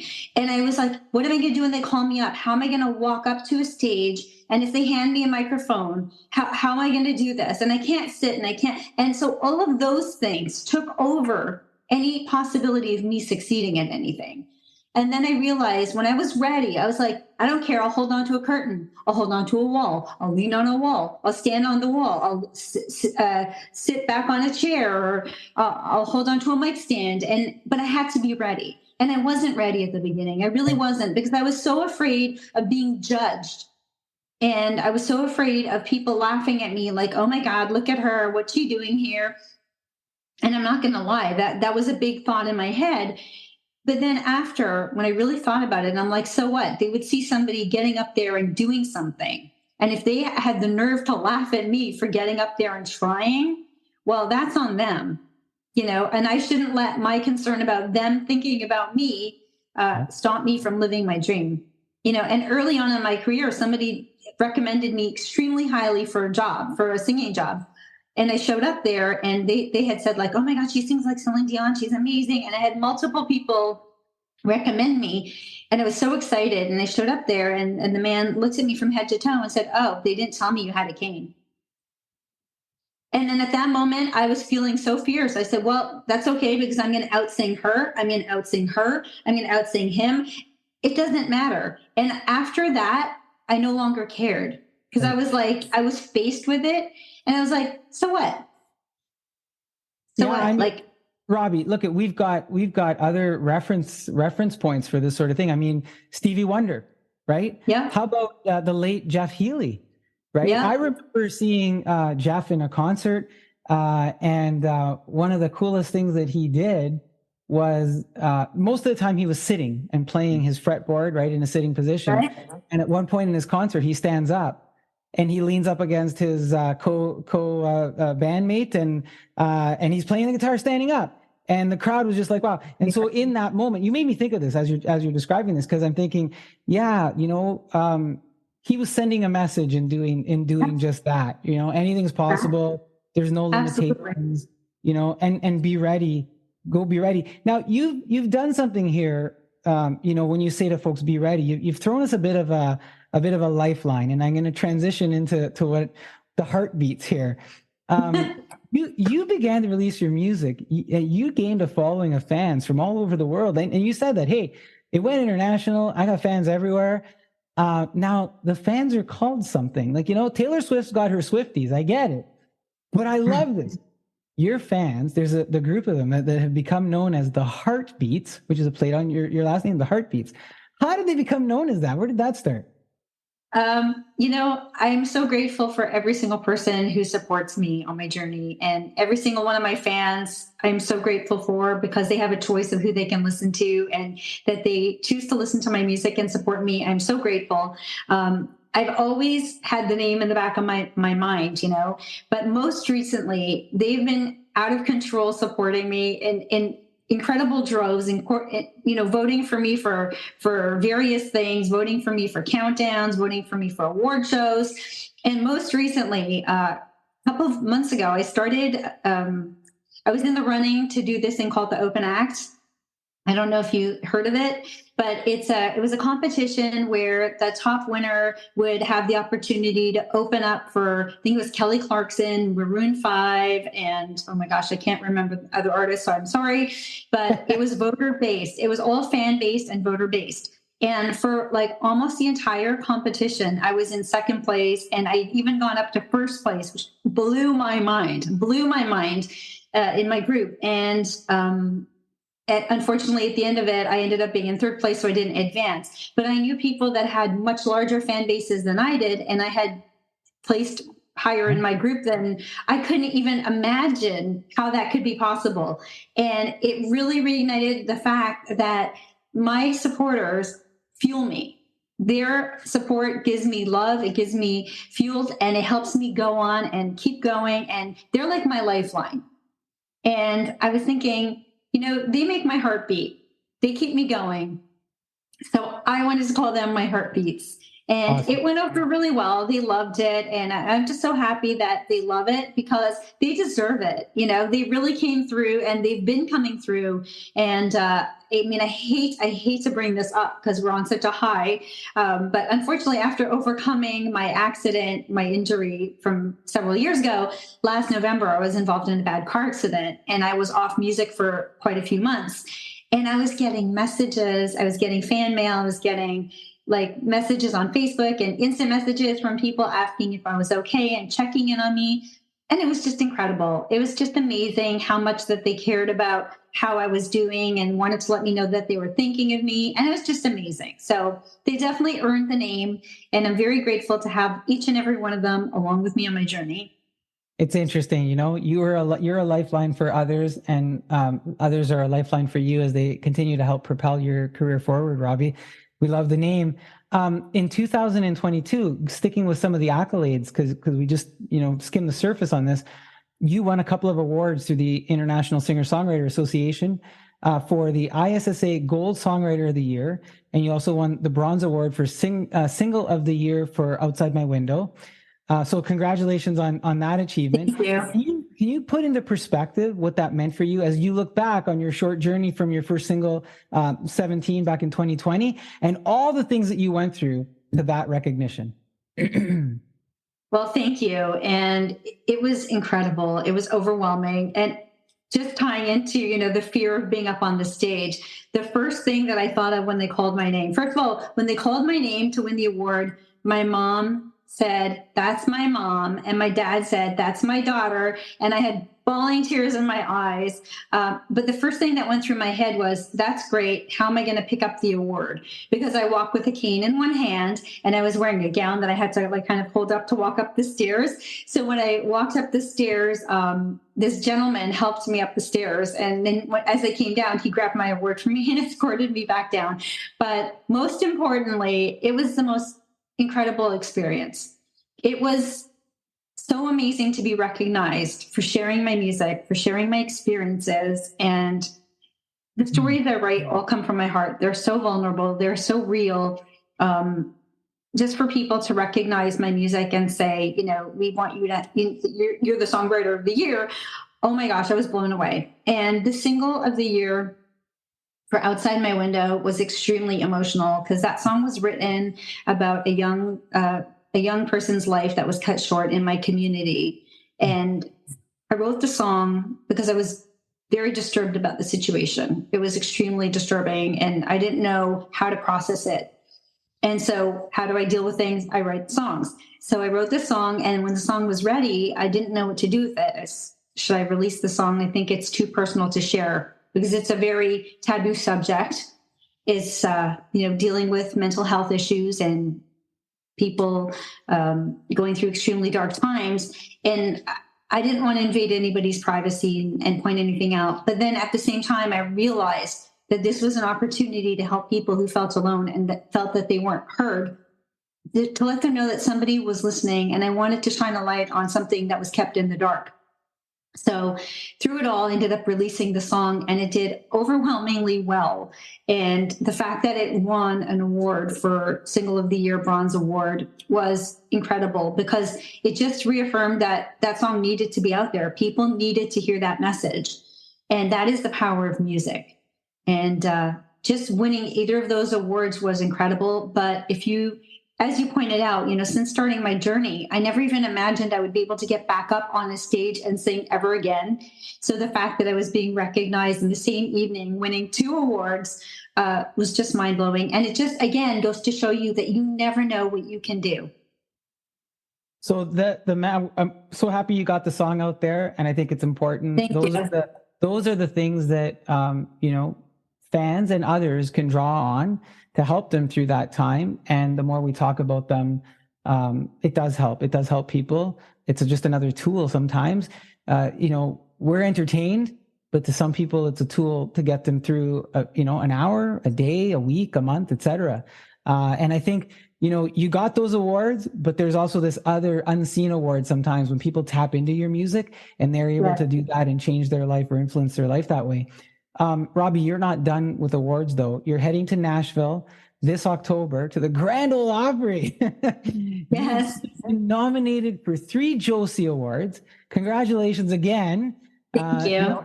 And we're wishing you the best of luck as Friends of the Monthly Social become part of your Heartbeat following.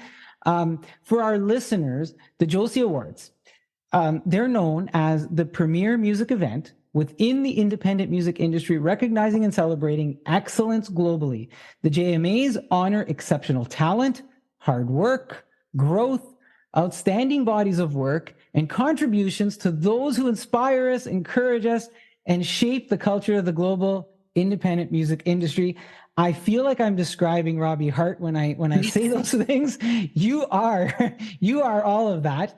Thank Robbie, you. when you reflect on your journey and as you find yourself recognized in the independent music industry, through renowned nominations and so many ceremonies that are happening for you, how do you wrap this all together?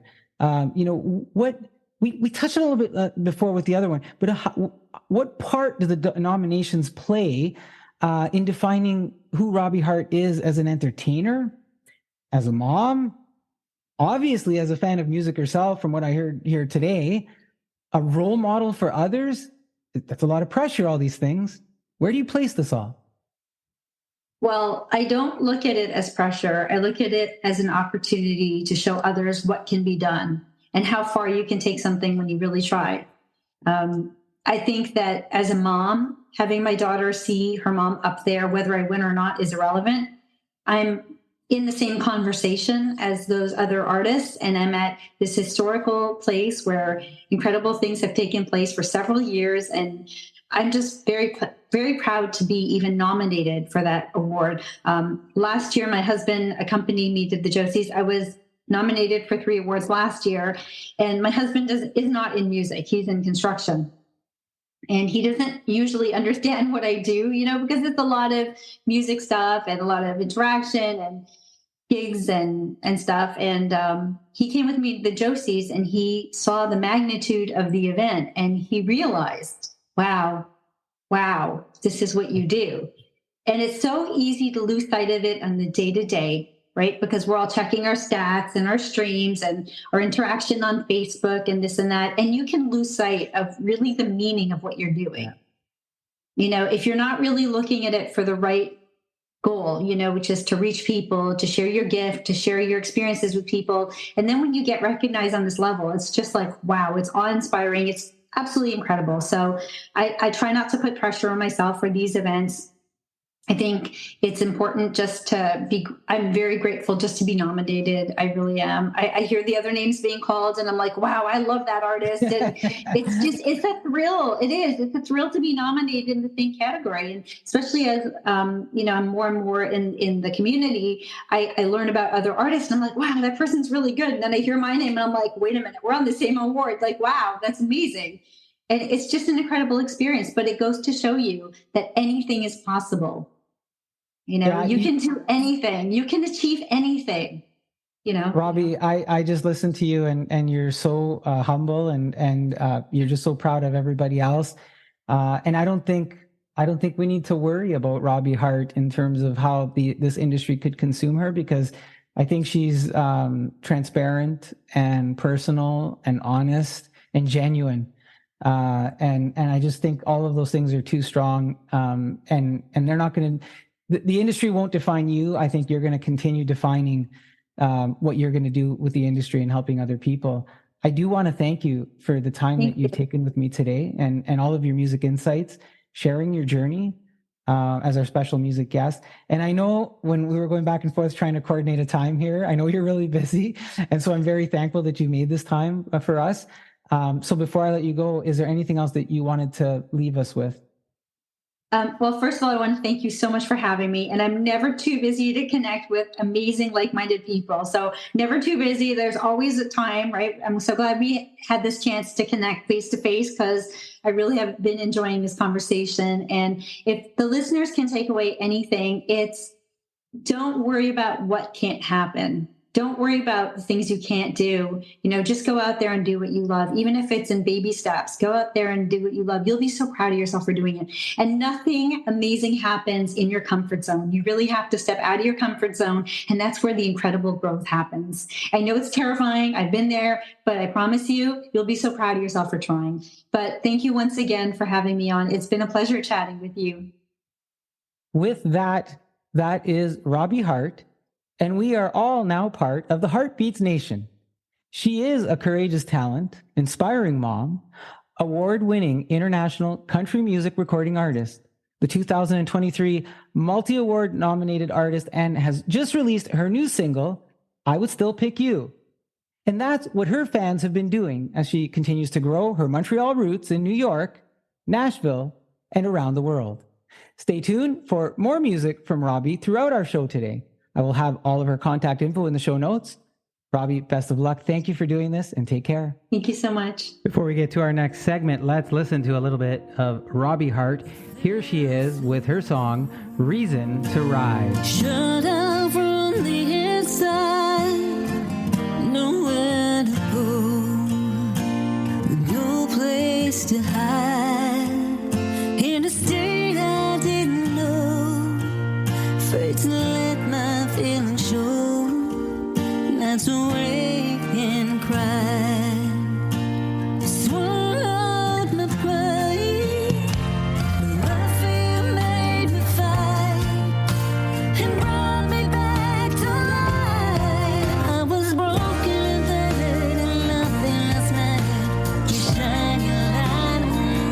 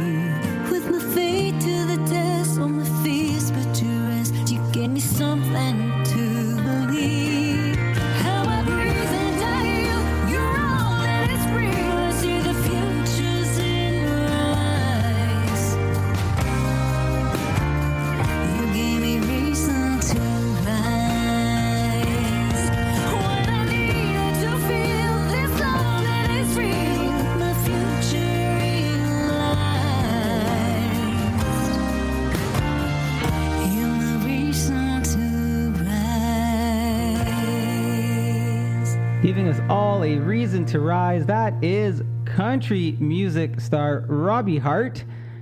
Stay tuned. We're going to have more from her, including her new single later on in the show. All right.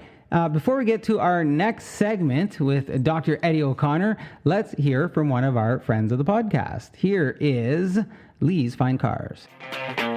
Whether it's buying a new car or a quick oil change, Lee's Fine Cars and Service Center has got you covered. Proudly serving the GTA for over 30 years as your one-stop automotive source for sales, service, and bodywork. Come visit us at 87 Green Lane, conveniently located just south of Bayview and 407, or online at leesfinecars.com.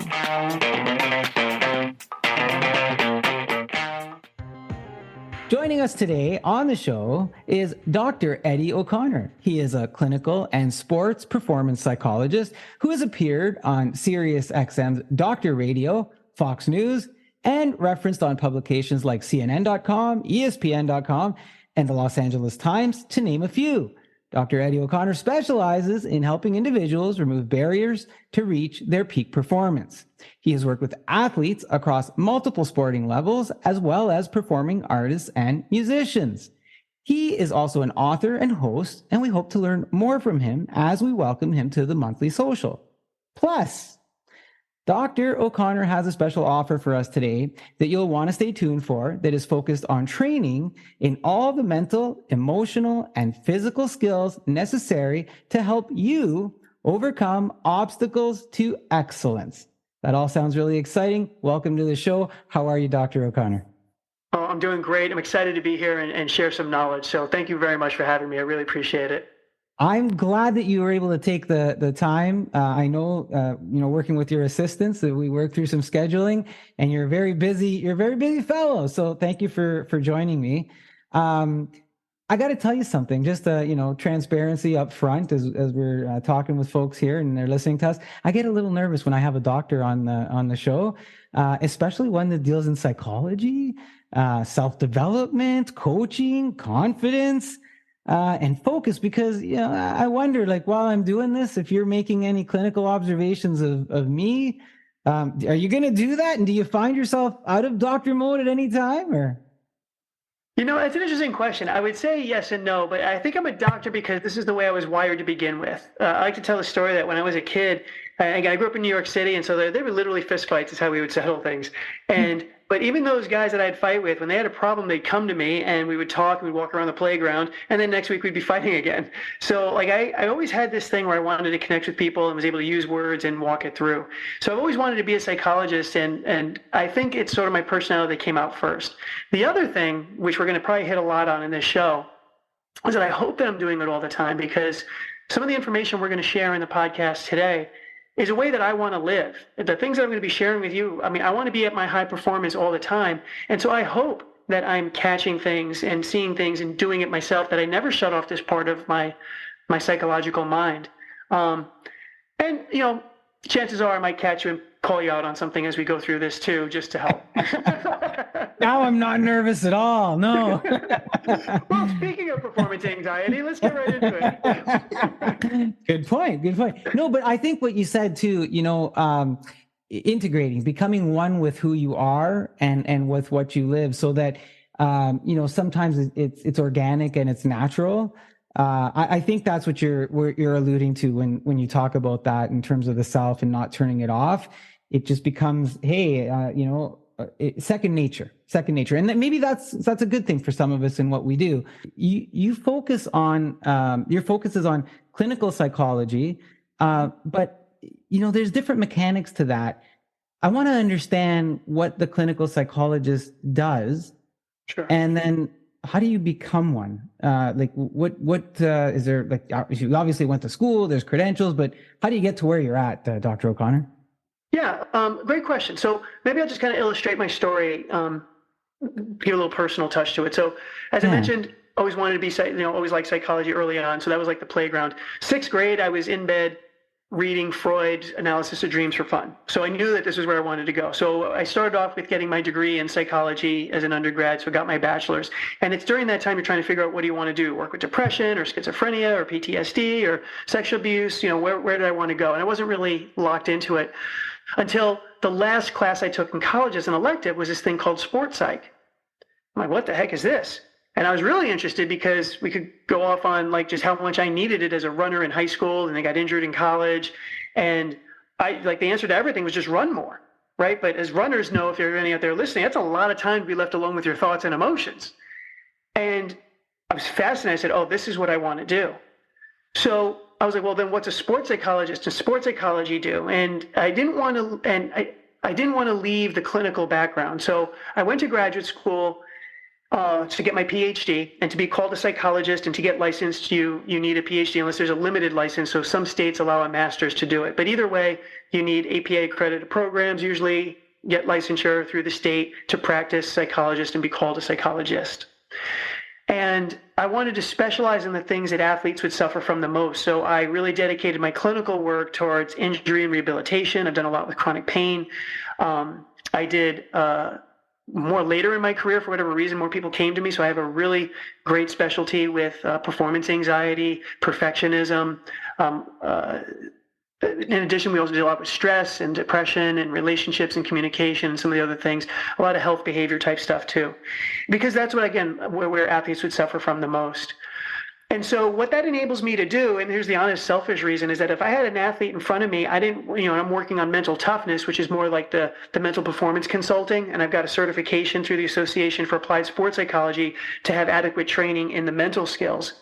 And those people are highly trained from numerous disciplines, psychology and otherwise, to do the mental training. So you'll take an athlete that's relatively healthy and wants to be excellent, and mental performance consultants can coach them up in the mental skills to do that. But if a eating disorder showed up, for example, they'd have to refer out, or if there's extreme performance anxiety or an injury and some depression associated with that, that's where I became a clinical sports psychologist, that I want to be able to work with the athlete to say, hey, if they're really struggling and low, I can get them to normal, and then I can use my mental performance consultants training to then get them from normal to champion. I wanted to be able to work through the whole spectrum. I hope that summarizes it well. Yeah, and maybe you might be answering another question that I had.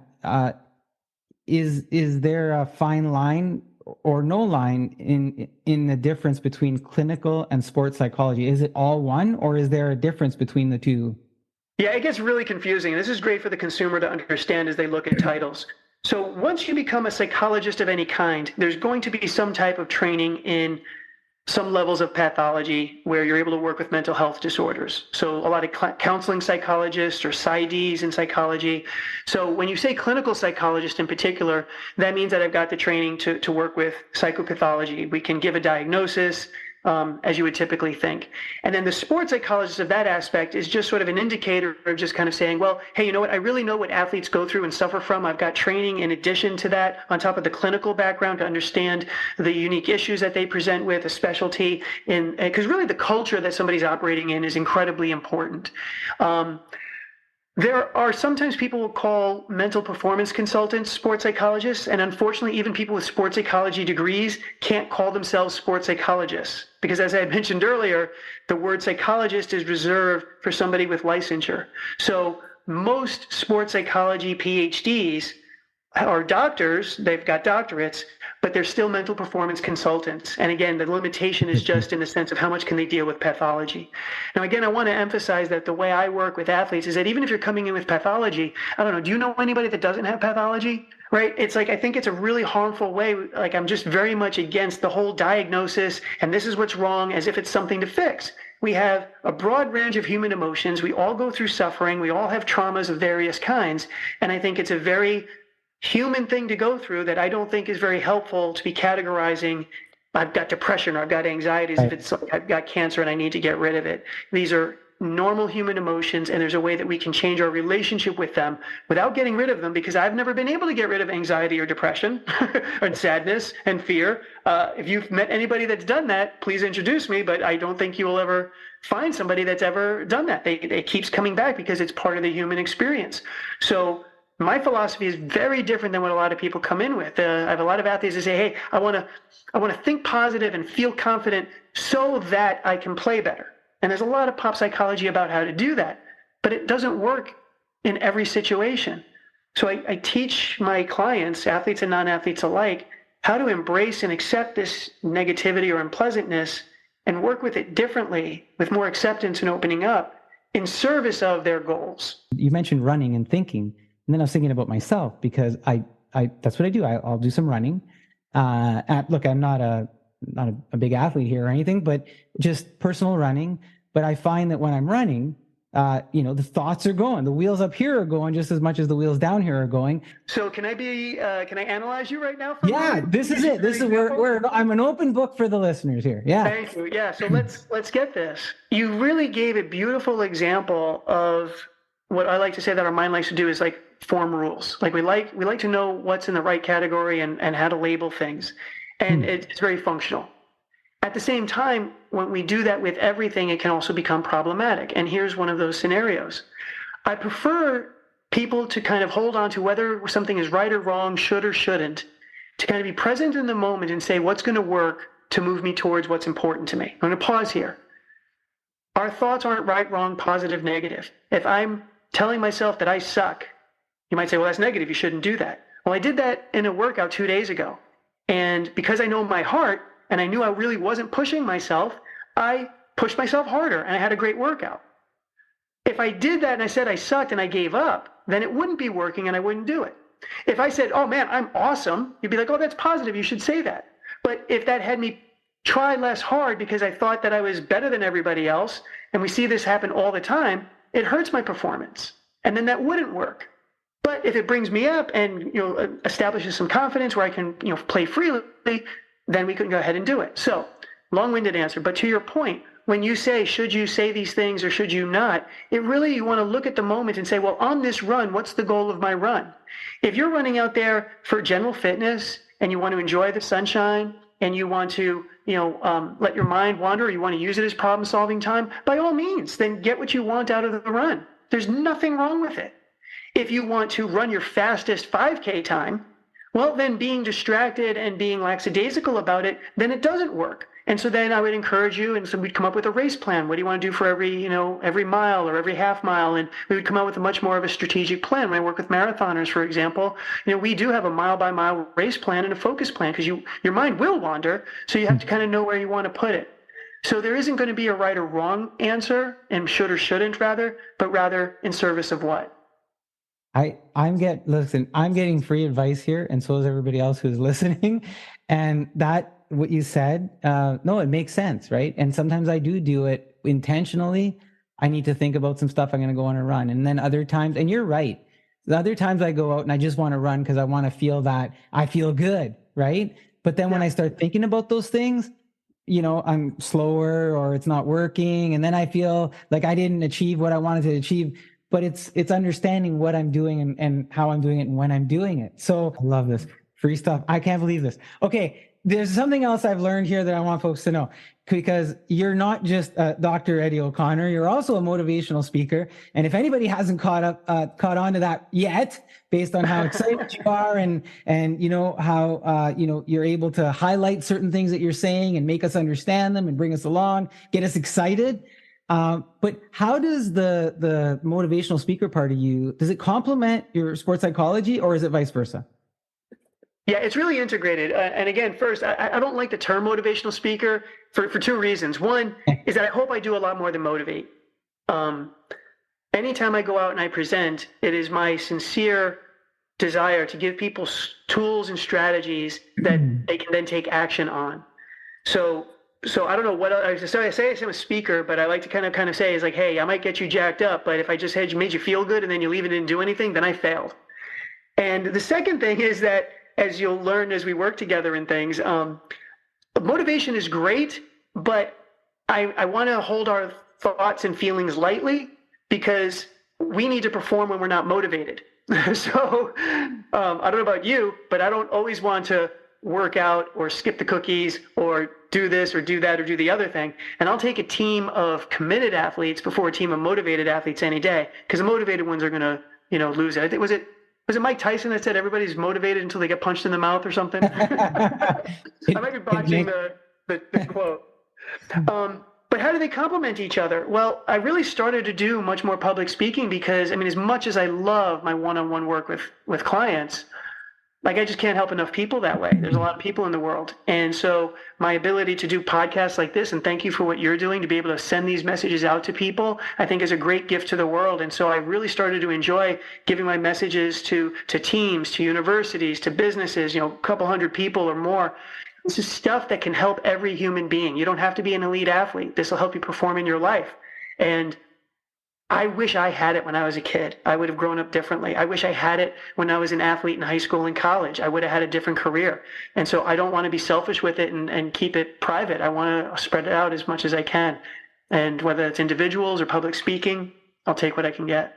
I'm nodding my head because I wish I had these types of resources as well when I was younger. Because I can think back to the moments where this would have been, very, very, very helpful for me too.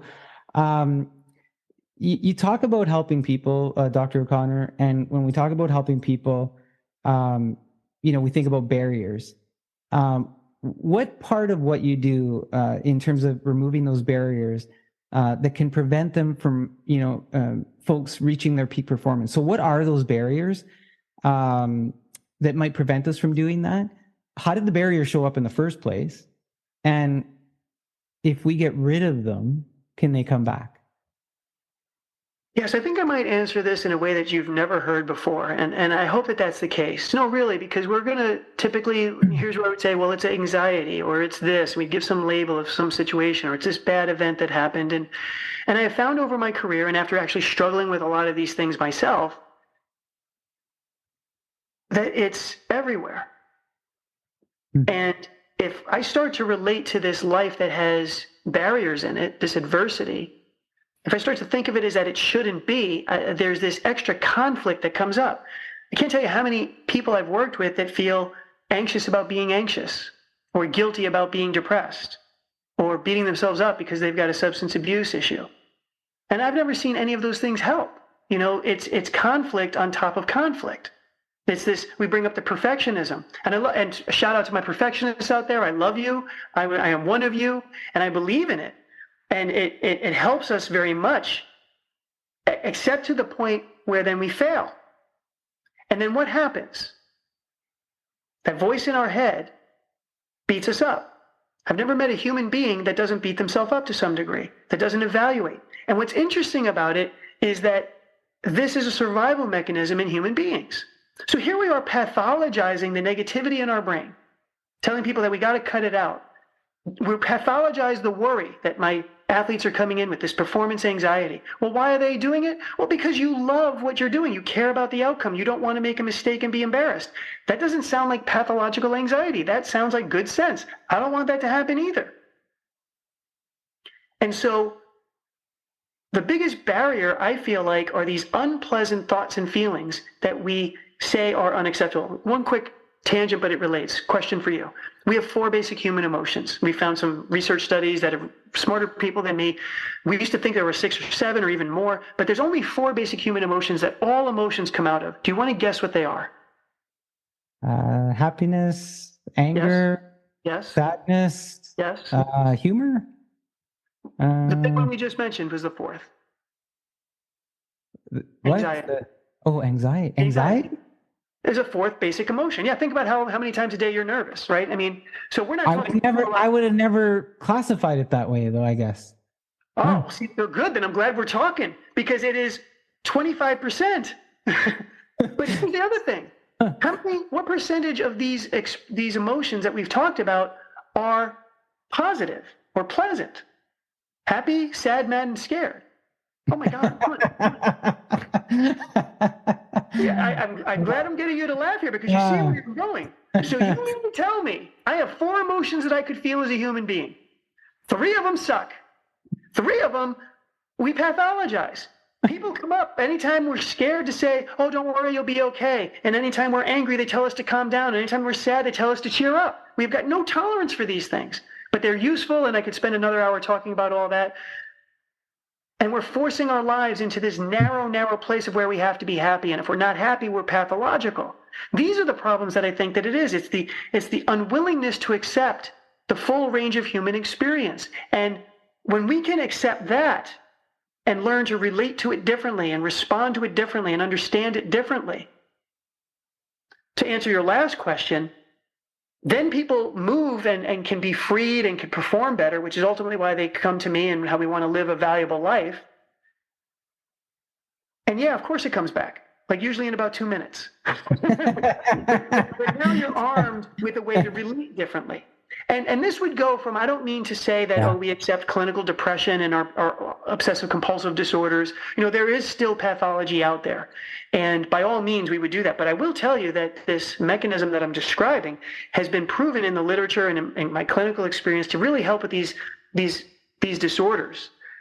And it actually offers something for those who just want to excel, because we're constantly engaging these thoughts and feelings. And it is the relationship that we have with our internal experiences that determines our outward performance. That's the key, in my estimation. You've got me reflecting on why I skipped over anxious and went to humor as my fourth emotion. So Because you're a funny guy, maybe that's popular. offline stuff. Something else crept in as you were talking about that, and that's around confidence.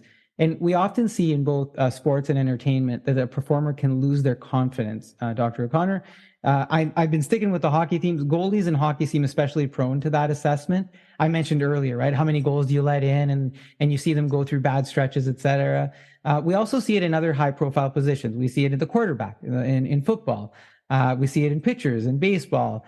We see it in individual sports, racing or tennis, or even, and I do a lot of music interviews, singers in a band or a guitarist in a band. They go through something where their confidence isn't where it was at their peak. What needs to happen to help them restore their confidence, and how does that tie into their focus? Oh man, you're brilliant. That you end with the punchline of where it comes in. Okay, so confidence is maybe one of the biggest issues that comes in, and I would say that it presents as a confidence issue, but it's always a focus issue. What I mean by this is, when we're confident, we're not thinking about how awesome we are. When we're confident, we're actually freed up to pay attention to our sport without distraction. When we're confident, it kind of creates the emotional ease to put our attention onto the ball or the play or my assignment or my opponent, whatever it is in the moment. When I'm confident, I can focus on what's important now. When I lack confidence, my attention shifts to the internal dialogue, the negativity, the fear of the future, the negative evaluations of what could happen, of what the parents will say, who I'm going to disappoint. It might go back to the last interception that I threw. I'm stuck in the past and replaying my mistakes. And so establishing confidence, let me put it this way. Bringing it back to my Bills, I mentioned earlier before the show that I was at the Monday Night Football game, and he threw 4 interceptions. He didn't have any right to be confident in the fourth quarter. Nobody was. And so I actually put this on a video that I put out. I was like, so Josh, like somebody put me in touch with Josh or tell him what I'm about to tell you. It's like, I don't want my athletes dinking around with worrying about their confidence in the middle of a game. Like, what matters is that you read the defense and you throw it to the open guy, not to the guy who's double covered. And you can do that whether you're confident or not. It's a hell of a lot easier to do it when you're confident because you don't have other thoughts and feelings getting in the way. But if you can really commit yourself to interact with your internal experience differently so that when you're not confident, you don't have to be confident, but you just let go of the lack of confidence. You let go of the doubt. You understand that this is your human nature coming up. And it's going to come up and it needs to be there. But much like the guy in your class or at work that you don't really pay attention to, he's talking and you just let him go in the background, you just lose your interest in him. You don't invest in what he's saying. So you don't really pay attention. You can't shut him up and you wish he would. But the more you try to get the guy to shut up, the more you're hearing and interacting with him. And you can't fight your internal dialogue and throw completions at the same time. Sport, you all know this. Sport, your relationships with your partners, your jobs, your music. It's too hard to do at the same time of fighting something else inside of you. You need to have a full commitment to what you're doing. And so losing the value of these negative evaluations. Really quickly, when you say, well, how do we do this? I like to use this fire alarm metaphor. And I usually stretch this out into a longer one with an athlete, but since we've a little bit time limit, I'm going to give you a highlight of it. But if we ran out every time a fire alarm went off, that wouldn't serve us well. I know in my elementary school, I'd get detention if I just bolted out of the building every time we had a fire drill. If a fire alarm went off right now for you and I, like we would just interrupt the podcast and I'd be outside and it'd be like, well, that was really a waste, right? Because it's just a drill, or maybe it was that, somebody's burning bacon downstairs and they're taking care of it, or there's a beep, it just went off yesterday, like the battery's dying, I had to fix that. But very often, a fire alarm is just that. Unfortunately, in my life, all the fire alarms I've ever heard have never meant a fire. So does that mean I should ignore every fire alarm? Hell no. Because I've also seen fires, and every time I've seen a fire, I've heard a fire alarm. And we know that it could mean something. But you can get the metaphor to our anxiety here. We're always going to have stuff coming up. What about this? Watch out for that. I could lose. I could make a mistake. I could ask her out on a date. She might say no. I might not be good enough. We're always going to have those things. And we want to lean into them. If I think I suck and I might lose, I lean into that and I'll be like, you know what? I really do have to work out more. Or I might fail that test tomorrow. Well, you know what? I haven't studied. That fire alarm is good. That fear is good. And it motivates. If I wasn't afraid of losing, I wouldn't practice as hard as I do. If I wasn't afraid of getting, of doing a bad job with my clients, I wouldn't go to continuing ed and work on my craft. So there's a healthy fire alarm that we have, and I want you to respect your anxiety, your lack of confidence. If you throw 4 interceptions, you have no right to be confident. You have no right to be confident. And I am not going to do you a disservice and tell you that you're good and build your ass up. It's like, no, you made a mistake. Get down into it. Forget about the negative evaluations. They're not serving you, but you got to dial in and say, where am I going wrong? What is my thinking process? Or why did that mistake happen? Why am I performing badly? Because I promise you, when that fire alarm turns you into that, it's going to tell you that there's something behaviorally that you could do to fix it. And so it's changing our focus to deal with a lack of, or whatever it is, of confidence. It's changing our focus. Or knowing what our focus, or understanding what we need to focus on. That's better. Right. Yeah. So the lack of confidence that you think is a problem, I want you to relate to it like a fire alarm. It's not a problem. It's a warning. I'm lacking confidence. And I don't have to fix it. I don't have to fix a fire alarm. I need to say, well, why am I so scared? Right. And if there is something to do about it, I've thrown 3 interceptions, I'm scared, I've lost my confidence, oh my God, that's a problem, he's got his confidence back. No, I just got to lock on and read the receiver. Or I could be like, you know what, there isn't anything wrong, I just don't want to lose. But you can then, as you kind of say, I wouldn't say that this is building confidence, but it's more negating the lack of it. Well, I've gotten a full night's sleep. I've had a good 6 months of training. I understand, I have empathy or compassion for myself about why I am so nervous and why I'm lacking confidence is just because I really care. I'm only anxious because I care. I don't want to lose. My anxiety, I promise you for the listeners out there, half of your anxiety is simply the other side of you caring. The only reason you're anxious is because you care. If I ask you what are the 3 things that you're most worried about, you're going to be telling me at the same time the 3 things that you care the most about. 100%. I was getting anxious. You were going to ask me for real what mine are. No, but I'm kidding. If we have enough time, I'm happy to help you on. Dr. O'Connor, is if we are able to hone in on the focus, does the focus feed the ability for us to have a high achiever mindset? Do those 2 things relate? Yes, absolutely. I've had discussions with my colleagues, and I think we're all in relative agreement, but I'll take it to the grave, the idea that of all the mental skills, confidence, motivation, focus, this, that, and the other, goal setting, visualization and imagery, lots of things that we could do with mental skills, I think by far the number 1 mental skill is focus, the ability to put your attention on purpose in the present moment, and often without judgment. And the reason for that is because, again, we've succeeded when we're not motivated. We still can move forward. I've seen plenty of people, even win when they weren't confident. But I've never seen anybody do a good job when they weren't paying attention. I have to thank you. You've been giving us some tremendous insights here today. You're just scratching the surface, I think, in terms of the compliments of your services and what you do. And aside from the work that you've talked about doing with teams and with athletes and with performers, you have built a series of programs. And I'm going to build up to some of the stuff that you're working on. And this is at the beginning of this, I said to folks, stay tuned because there's some cool stuff that you're doing and we're getting there. And I want to talk about a couple of those programs. One of the first things that you have that I noticed, you have a YouTube channel with videos on mental toughness in 60 seconds. And I think you've kind of mentioned that a little bit. First of all, are those free to everybody? Do they subscribe to your channel to get them? What do they focus on and how often do you post content for those? Yes.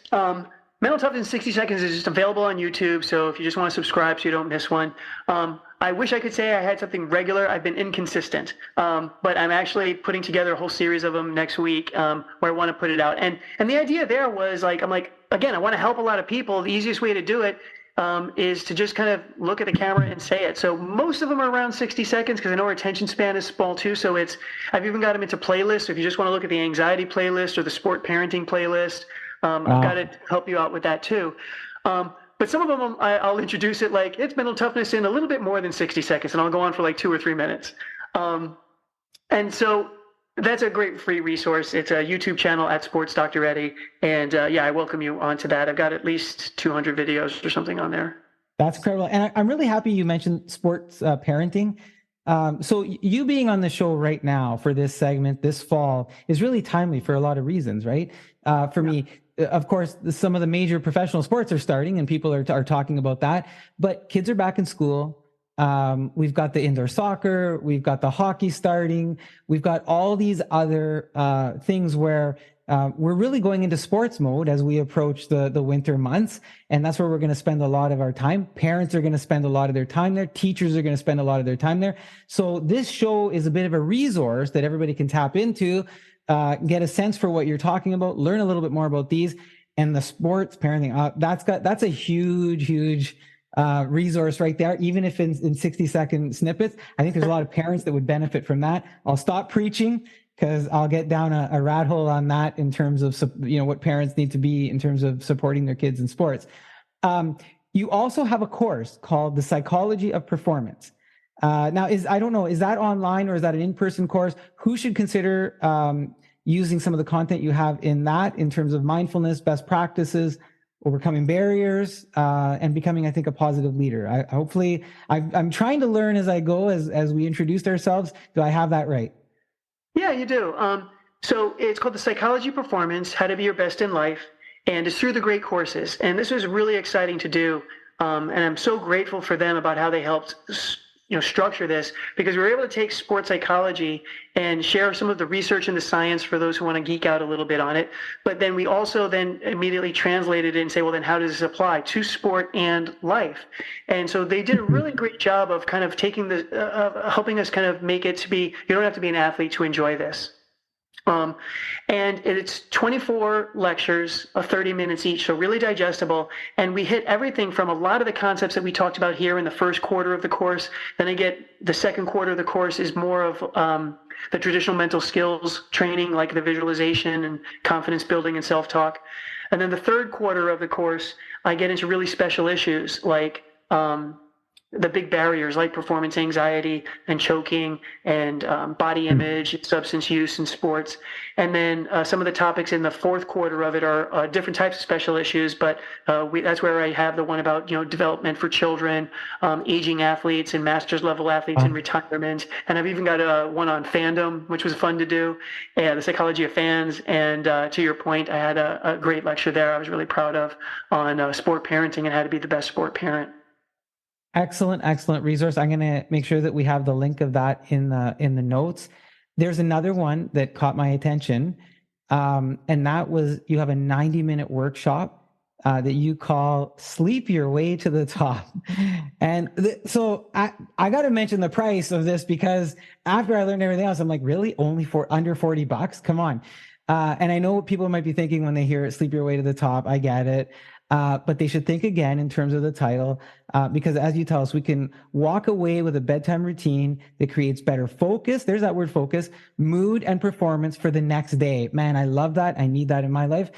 Tell us about what led you to develop a workshop on sleep and why you're offering such a high value workshop for such a low price. And I want to say a high value workshop because I've talked about it on my other shows. I've talked about it in terms of, the seasons and other things, the value of sleep and how important it's become in recognizing that. But that's, you can't buy much for $40 and a 90-minute course for $40. How are you doing this for such a low price, such a high value topic? Yeah, well, there's a lot of reasons that go into it. Well, first, let me address the topic, the title. It still makes me laugh, and so that's why. So it's done very intentionally, and I apologize if anybody was offended, but I wanted to get your attention. But it's also very accurate without our minds going in the wrong place. Sleep is absolutely the number one performance enhancer.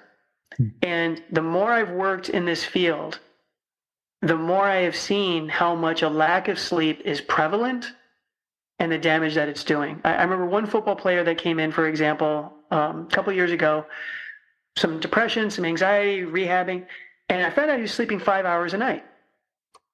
And I refused to do any mental training with him until we got him to at least 7, preferably 8.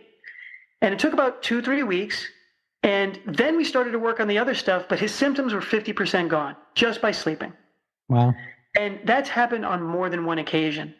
So the workshop, I was like, well, again, I want to kind of put some stuff out there and I wanted to make it easily accessible. I mean, this is a workshop that I've done, and sometimes it costs a couple thousand to bring me in and do this. So you're right, there's a lot of value on it. As I said early on, it's not just motivation telling you to get your 8 hours, but I walk you through the science of it so you can understand it. For me, that was super important to understand, like, oh my gosh, when I'm getting 6 hours of sleep, what am I actually doing to my body?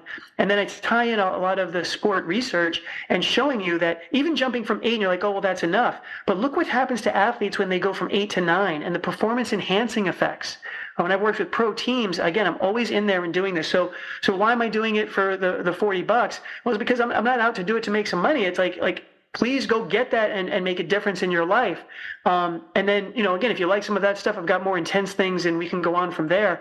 But I was able to record it, make it very interactive. There's worksheets in there to help you really design your ideal bedtime routine. And so I encourage you to check that out. Yeah. And I keep saying 90, it's an hour and a half for $40, and you're investing in yourself in something that we know, and it's been proven, we hear it over and over, that there's value in it.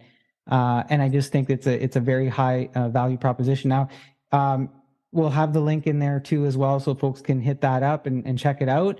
I said earlier, stay tuned for a special offer. And this one kind of blew my mind. And if folks are going, yeah, $40 for the sleep your way to the top for 90 minutes, you have something else. This is pretty wild. For $39 a month, you have something called Success Stories membership. And I know they can learn more about it at dreddieoconnor.com/membership. I'm going to have that link flash on the screen after when we do our video. It's going to be in the notes, dreddieoconnor.com/membership. But I want you to tell us right now about what the Success Stories membership is and what they're getting for $40 a month, $39 a month. Again, I'm blown away by your price structure on the stuff for what you're doing and for your expertise. So maybe you can share with a little bit more about the program with us.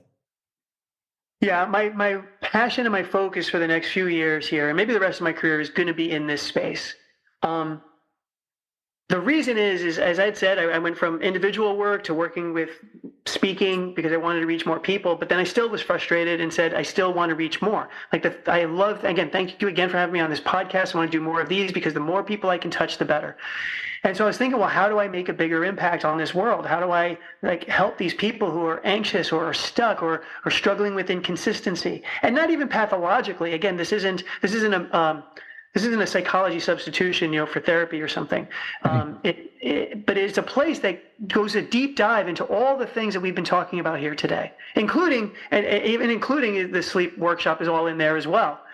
And so the idea is that you can come in and get access to everything that I preach and that I say, and work through these different modules at your own rate and pace with a community. I just actually, the hour before I met with you, we do a team meeting on Zoom where the people in the membership, we get together, and it's just it's a nice social. Some people kind of hang around because they love the community support, the accountability.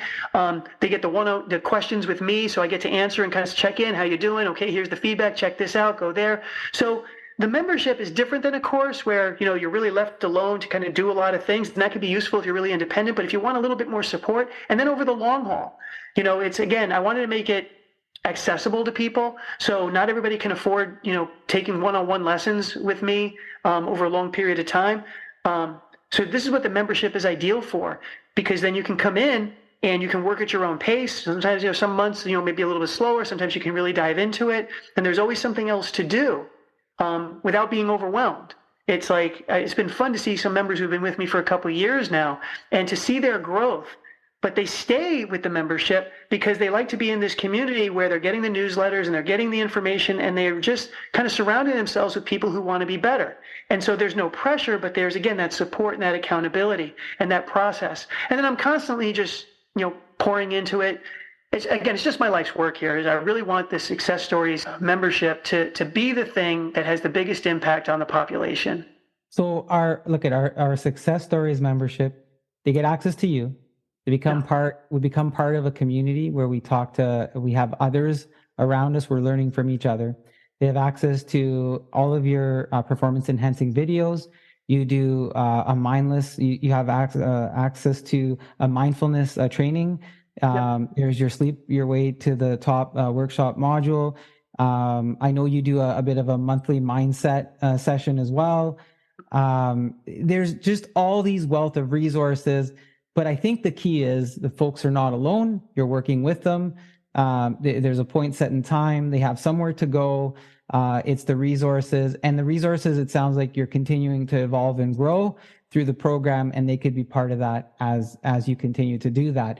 And I'm seeing more and more of that. Like you use the word community, and I think community is very important. Community isn't today. It's different today than what a community was before in terms of the community of the city, et cetera. We now have these very focused communities, and I think this is one of those where you can help in all the different areas that we talked about today. Look, I have peppered you with questions.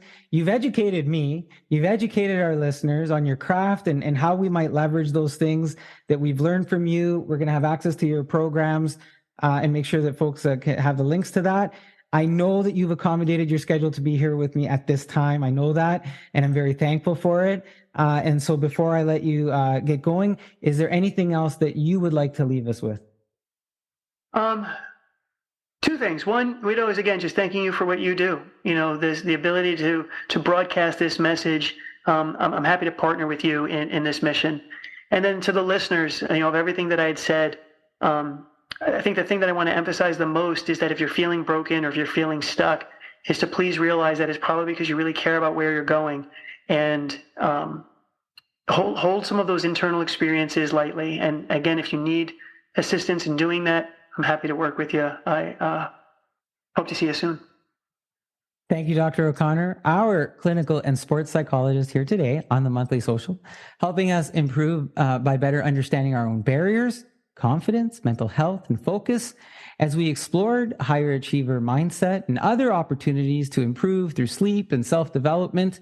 I will have links to Dr. O'Connor's sites and contact info, and you'll want to look for that dreddieoconnor.com/membership link in the show notes and become part of the Success Stories membership. Thank you again, Dr. O'Connor, and take care. Thank you. Appreciate it. That was a great chat with Dr. Eddie O'Connor. There's just so much that we covered. In fact, everything we talked about isn't in this episode segment. There's a lot more that we talked about.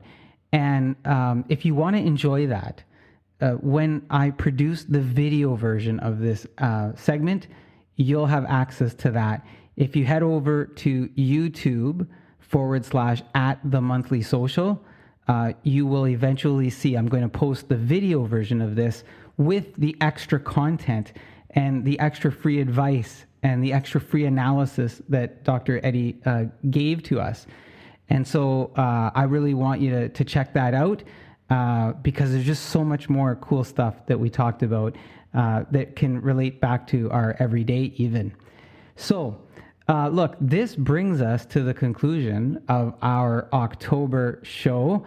We are heading into Halloween season, of course. We got Thanksgiving, we got Halloween. Sorry, Thanksgiving here in Canada. I know in our neighbors south of us in the United States, it's not in October, but we're going to be celebrating Thanksgiving. We're going to be celebrating Halloween. And so please be safe and enjoy those holidays, everybody. Enjoy with your friends and your family, however it is that you celebrate those, so that we can have you back here for our November show. And if you haven't subscribed to the show already, please, would really love it and appreciate it if you did that. Again, a shout out to FeedSpot, who's recognized us in the top 20 self-help podcasts across Canada. Very proud of that achievement. So I want to leave you with some music, as I usually do, and we're going to go to our special music guest, Robbie Harte, who you can also hear on thepathradio.com and enjoy her music there. She's enjoying some success with the charts. So here is Robbie Harte with I Would Still Pick You. Even if I do, then what I don't